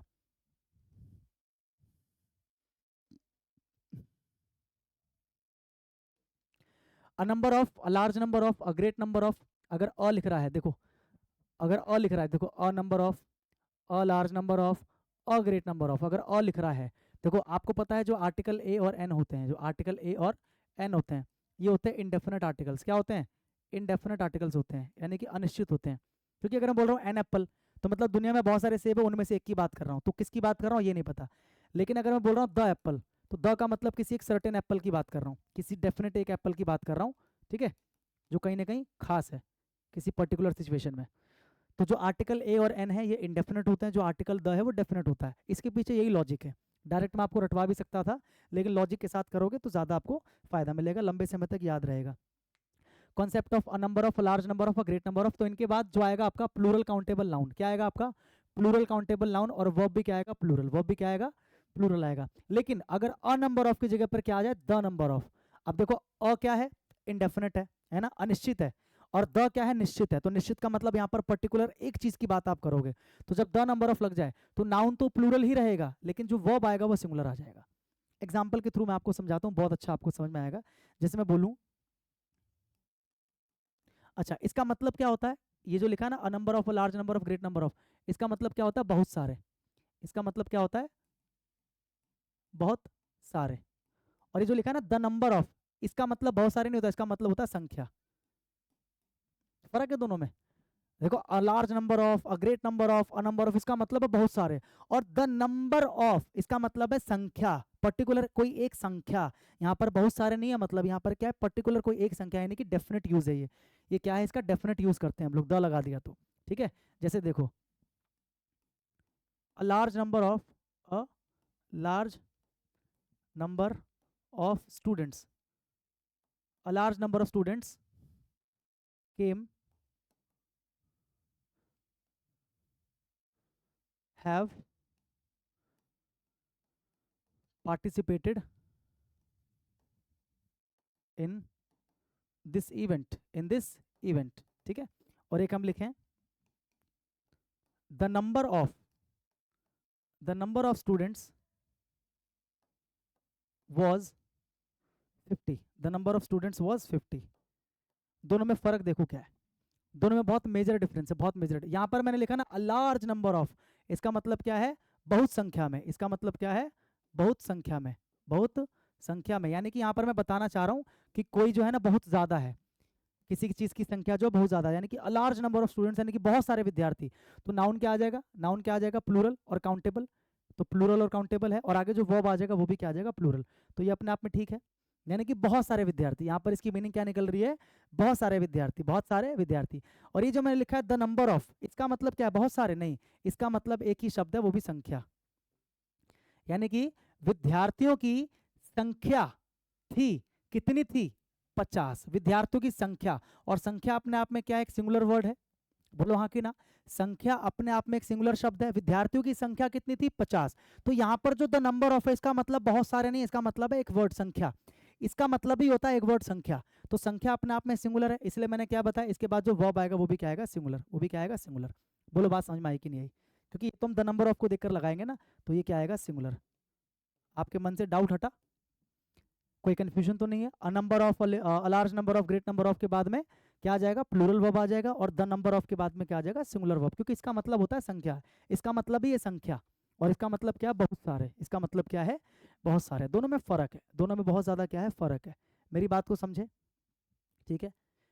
ये लास्ट वाली चीज बताता हूँ, concept of all uncountable noun और ऑल के साथ में काउंटेबल नाउन। अगर ऑल के साथ में अनकाउंटेबल नाउन है, जैसे कि ऑल के साथ में कोई भी अनकाउंटेबल नाउन है, जैसे कि मान के चलो मैंने बोला, एक मैंने बोला all is well that ends well, ये एग्जाम्पल आपने देखा होगा बहुत जगह, दैट एंड्स वेल मतलब अंत भला तो सब भला, all is well that ends well, यानी कि अगर अंत भला होता है सब चीज का तो सब चीज अच्छा होता है। तो ऑल इज वेल, यहाँ पर देखो मैंने सिंगुलर वर्ब लिखा, मैंने यहाँ पर मैंने क्या लिखा सिंगुलर वर्ब लिखा मैंने, ठीक है। क्योंकि ऑल के बाद यहाँ पर अगर अनकाउंटेबल नाउन लगाते हो तो अनकाउंटेबल आपको पता है क्या होता है सिंगुलर होता है, अनकाउंटेबल हमेशा क्या होता है सिंगुलर होता है, और जो काउंटेबल होता है वो हमेशा क्या होता है प्लूरल होता है, ठीक है। जैसे मैं लिखूं all men are not same, are not same, तो आप दोनों में फर्क क्या देख रहे हो कि यहाँ पर ऑल के बाद, यहाँ पर ऑल के बाद एक प्लूरल काउंटेबल नाउन है, एक प्लूरल काउंटेबल नाउन है, यानी कि काउंटेबल नाउन है, और अगर काउंटेबल हो तो प्लूरल ही होगा, क्योंकि ऑल का मतलब क्या है सभी। तो ऑल मैन, तो यहाँ पर जो वर्ब है वो भी आप देख रहे हो क्या आ गया प्लूरल आ गया। अगर काउंटेबल है तो वर्ब क्या आ जाएगा प्लूरल, वर्ब क्या आ जाएगा प्लूरल, अगर काउंटेबल है तो वर्ब क्या आ जाएगा प्लूरल, ऐसे लिखो प्लूरल वर्ब क्या आ जाएगा प्लूरल वर्ब, ठीक है। और अगर अनकाउंटेबल है तो अनकाउंटेबल तो वैसे भी सिंगुलर ही होता है, तो यहाँ पर क्या लिखोगे सिंगुलर वर्ब, क्या लिखोगे सिंगुलर वर्ब। जैसे यहाँ पर देखो ऑल इज वेल, यहाँ पर ऑल के बाद में, एक्चुअल में यहाँ पर ऑल के बाद में कोई नाउन तो नहीं है, लेकिन यहाँ पर ऑल का मतलब असल में क्या है, सभी चीजें। अगर सभी चीजें, वो सभी चीजें, ठीक है, जिनका अंत भला होता है तो सब भला होता है, मतलब वो सभी चीजें जिनका अंत भला है वो सभी चीजें अपने आप में क्या है, अच्छी हैं, अपने आप में क्या है, अच्छी है, यानी कि वो सारी चीजें जिनका अंत अच्छा हुआ है वो सारी चीजें अपने आप में ओवरऑल अच्छी हैं। तो यहाँ पर ऑल के बाद कोई काउंटेबल नाउन आपको तो नहीं दिख रहा, तो अगर ऑल के बाद कोई काउंटेबल नाउन नहीं दिख रहा तो आप ये मान के चलोगे कि ऑल जो है ये अपने आप में क्या है, अनकाउंटेबल की तरह यूज हो रहा है। यहाँ पर किसकी तरह यूज हो रहा है, अनकाउंटेबल की तरह, और आप इसको क्या मानोगे, सिंगुलर, तो यहाँ पर क्या आ जाएगा, सिंगुलर वर्ब, यहाँ पर क्या आ जाएगा, सिंगुलर वर्ब आ जाएगा। मेरी बात को समझे, अगर ऑल के बाद में काउंटेबल नाउन है तो आपका जो वर्ब है वो क्या आ जाएगा, प्लूरल। अगर ऑल के बाद अनकाउंटेबल नाउन है तो आपका जो वर्ब है वो क्या आ जाएगा, सिंगुलर। ये चीज़ें आपको ध्यान रखनी है, ये दोनों एग्जाम्पल आपको याद रखने हैं। ऑल के बाद अगर डायरेक्ट आपको काउंटेबल नाउन दिखे, जैसे यहाँ पर दिख रहा है मैन, तो आप समझ जाना प्लूरल वर्ब। अगर कोई काउंटेबल नाउन नहीं है तो आप समझ जाना कि वो अनकाउंटेबल की तरह यूज होगा। इतना समझ में आ गया। तो सब्जेक्ट वर्ब अग्रीमेंट में वैसे तो और भी बहुत सारे रूल्स होते हैं, जैसे इसके अंदर ये भी एक रूल होता है कि ये वाला नाउन होता है तो ये वाला वर्ब लगाते हैं, लेकिन वो चीज़ें मैं आपको नाउन में करा चुका हूँ, वो चीज़ें मैं आपको प्रोनाउन में करा चुका हूँ, ठीक है। तो उसको यहाँ पर दोबारा कराने से कोई फायदा नहीं है। जैसे नाउन में मैंने कराया ना आपको कि ये सारे नाउन दिखने में सिंगुलर होते हैं लेकिन होते प्लूरल है तो उनके साथ प्लूरल वर्ब लगाना, या फिर ये सारे नाउन दिखने में प्लूरल है लेकिन होते सिंगुलर है तो उनके साथ में सिंगुलर वर्ब लगाना, तो वो भी सब्जेक्ट वर्ब देखो सब्जेक्ट वर्ब अग्रीमेंट अपने आप में कोई अलग टॉपिक नहीं है, जितने भी ग्रामर के टॉपिक्स है ना उन सब का मिश्रण है ये, उन सबका मिक्सचर है। जैसे इसके अंदर कुछ रूल्स एडजेक्टिव के मिलेंगे, कुछ नाउन के मिलेंगे, कुछ प्रोनाउन के मिलेंगे। इसमें बेसिकली बस इतना देखना होता है कि कौन से सब्जेक्ट के साथ में कौन सा वर्ब लगाएं। तो नाउन प्रोनाउन में बहुत सारी चीज़ें आपकी हो चुकी हैं कि कौन से सब्जेक्ट के साथ में कौन सा वर्ब लगेगा। जो नहीं हुआ था वो मैंने आपको आज की क्लास में करा दिया, और मैं पूरी उम्मीद करता हूँ कि आपको क्लास समझ में आई होगी। पीडीएफ आपको पता है एप्लीकेशन पे मिल जाएगा, एप्लीकेशन डाउनलोड कर लेना, अगर नहीं किया है तो डिस्क्रिप्शन में लिंक है, या फिर सीधा प्ले स्टोर पे जाके डाउनलोड कर लेना, इंग्लिश बाय रोशन सर। वहाँ पे पीडीएफ का लिंक होगा, होम पेज पे देखोगे, उस पर क्लिक करोगे, एमटीएस 2024 के नाम से आपको जो पीडीएफ है वो मिल जाएगी वहाँ पर, तो सारी क्लासेस मिल जाएंगी। और अब आप इसकी क्या करना, प्रैक्टिस करना। आपके पास कोई सी भी बुक हो, आप इसकी बहुत सारी प्रैक्टिस करना, उसमें आपको सब्जेक्ट वर्ब अग्रीमेंट के नाम से अलग से टॉपिक मिल जाएगा, वहाँ से आप इसके क्वेश्चंस की प्रैक्टिस कर लेना, कम से कम 50 क्वेश्चन। अगर आप 50 क्वेश्चंस की प्रैक्टिस कर लोगे तो आपका काम हो जाएगा आसान, ठीक है। साथ में मैं भी कोशिश करूंगा कि जो इसकी प्रैक्टिस शीट है एप्लीकेशन पे आपको प्रोवाइड कर दूं, ठीक है। तो अच्छे से पढ़ते रहो, और कल यानी कि संडे को, यानी कि 29 तारीख को मैं आप लोगों की एक बड़ी क्लास लेके आऊँगा, मैं एक लंबी क्लास लेके आऊँगा। मैं अगर हो सका लाइव पॉसिबल तो लाइव लेके आऊँगा, नहीं तो रिकॉर्डेड ही आपको दे दूंगा, ताकि आप आराम से उसको अपने हिसाब से स्पीड करके 1.5 की स्पीड या 2 की स्पीड जो भी होती करके आप लेक्चर को देख सको, ठीक है। और डोंट वरी, जितना करा दिया उसको आप अच्छे से करके जाना, जो कराऊंगा कल और परसों उसको अच्छे से करके जाना, और आपका एग्जाम अच्छा ही जाएगा, ठीक है। अगर कुछ चीज़ें बचती हैं अदर सब्जेक्ट्स के अंदर तो उसको भी कवर कर लो, आपके पास समय बचा ही नहीं है बिल्कुल भी। आज 28 तारीख है और शायद 30 तारीख से आपका एग्जाम है, तो आपके पास आज और कल का ही दिन बचा है। तो आज और कल में ही मुझे जो कराना है वो आज कल में कराना है, तो मैं कल कोशिश करूंगा कि एक लंबी क्लास में बहुत सारी चीज़ें आपको मॉर्निंग में करा दूं। कल 2 लेक्चर्स आपको मैं दे दूंगा, एक मॉर्निंग में एक इवनिंग में, ठीक है। आ रहा है समझ में? तो पढ़ते रहिए, खूब तरक्की कीजिए, आगे बढ़िए। मैं आपसे मिलूंगा अगले लेक्चर में, तब तक के लिए सभी को गुड नाइट और जय हिंद।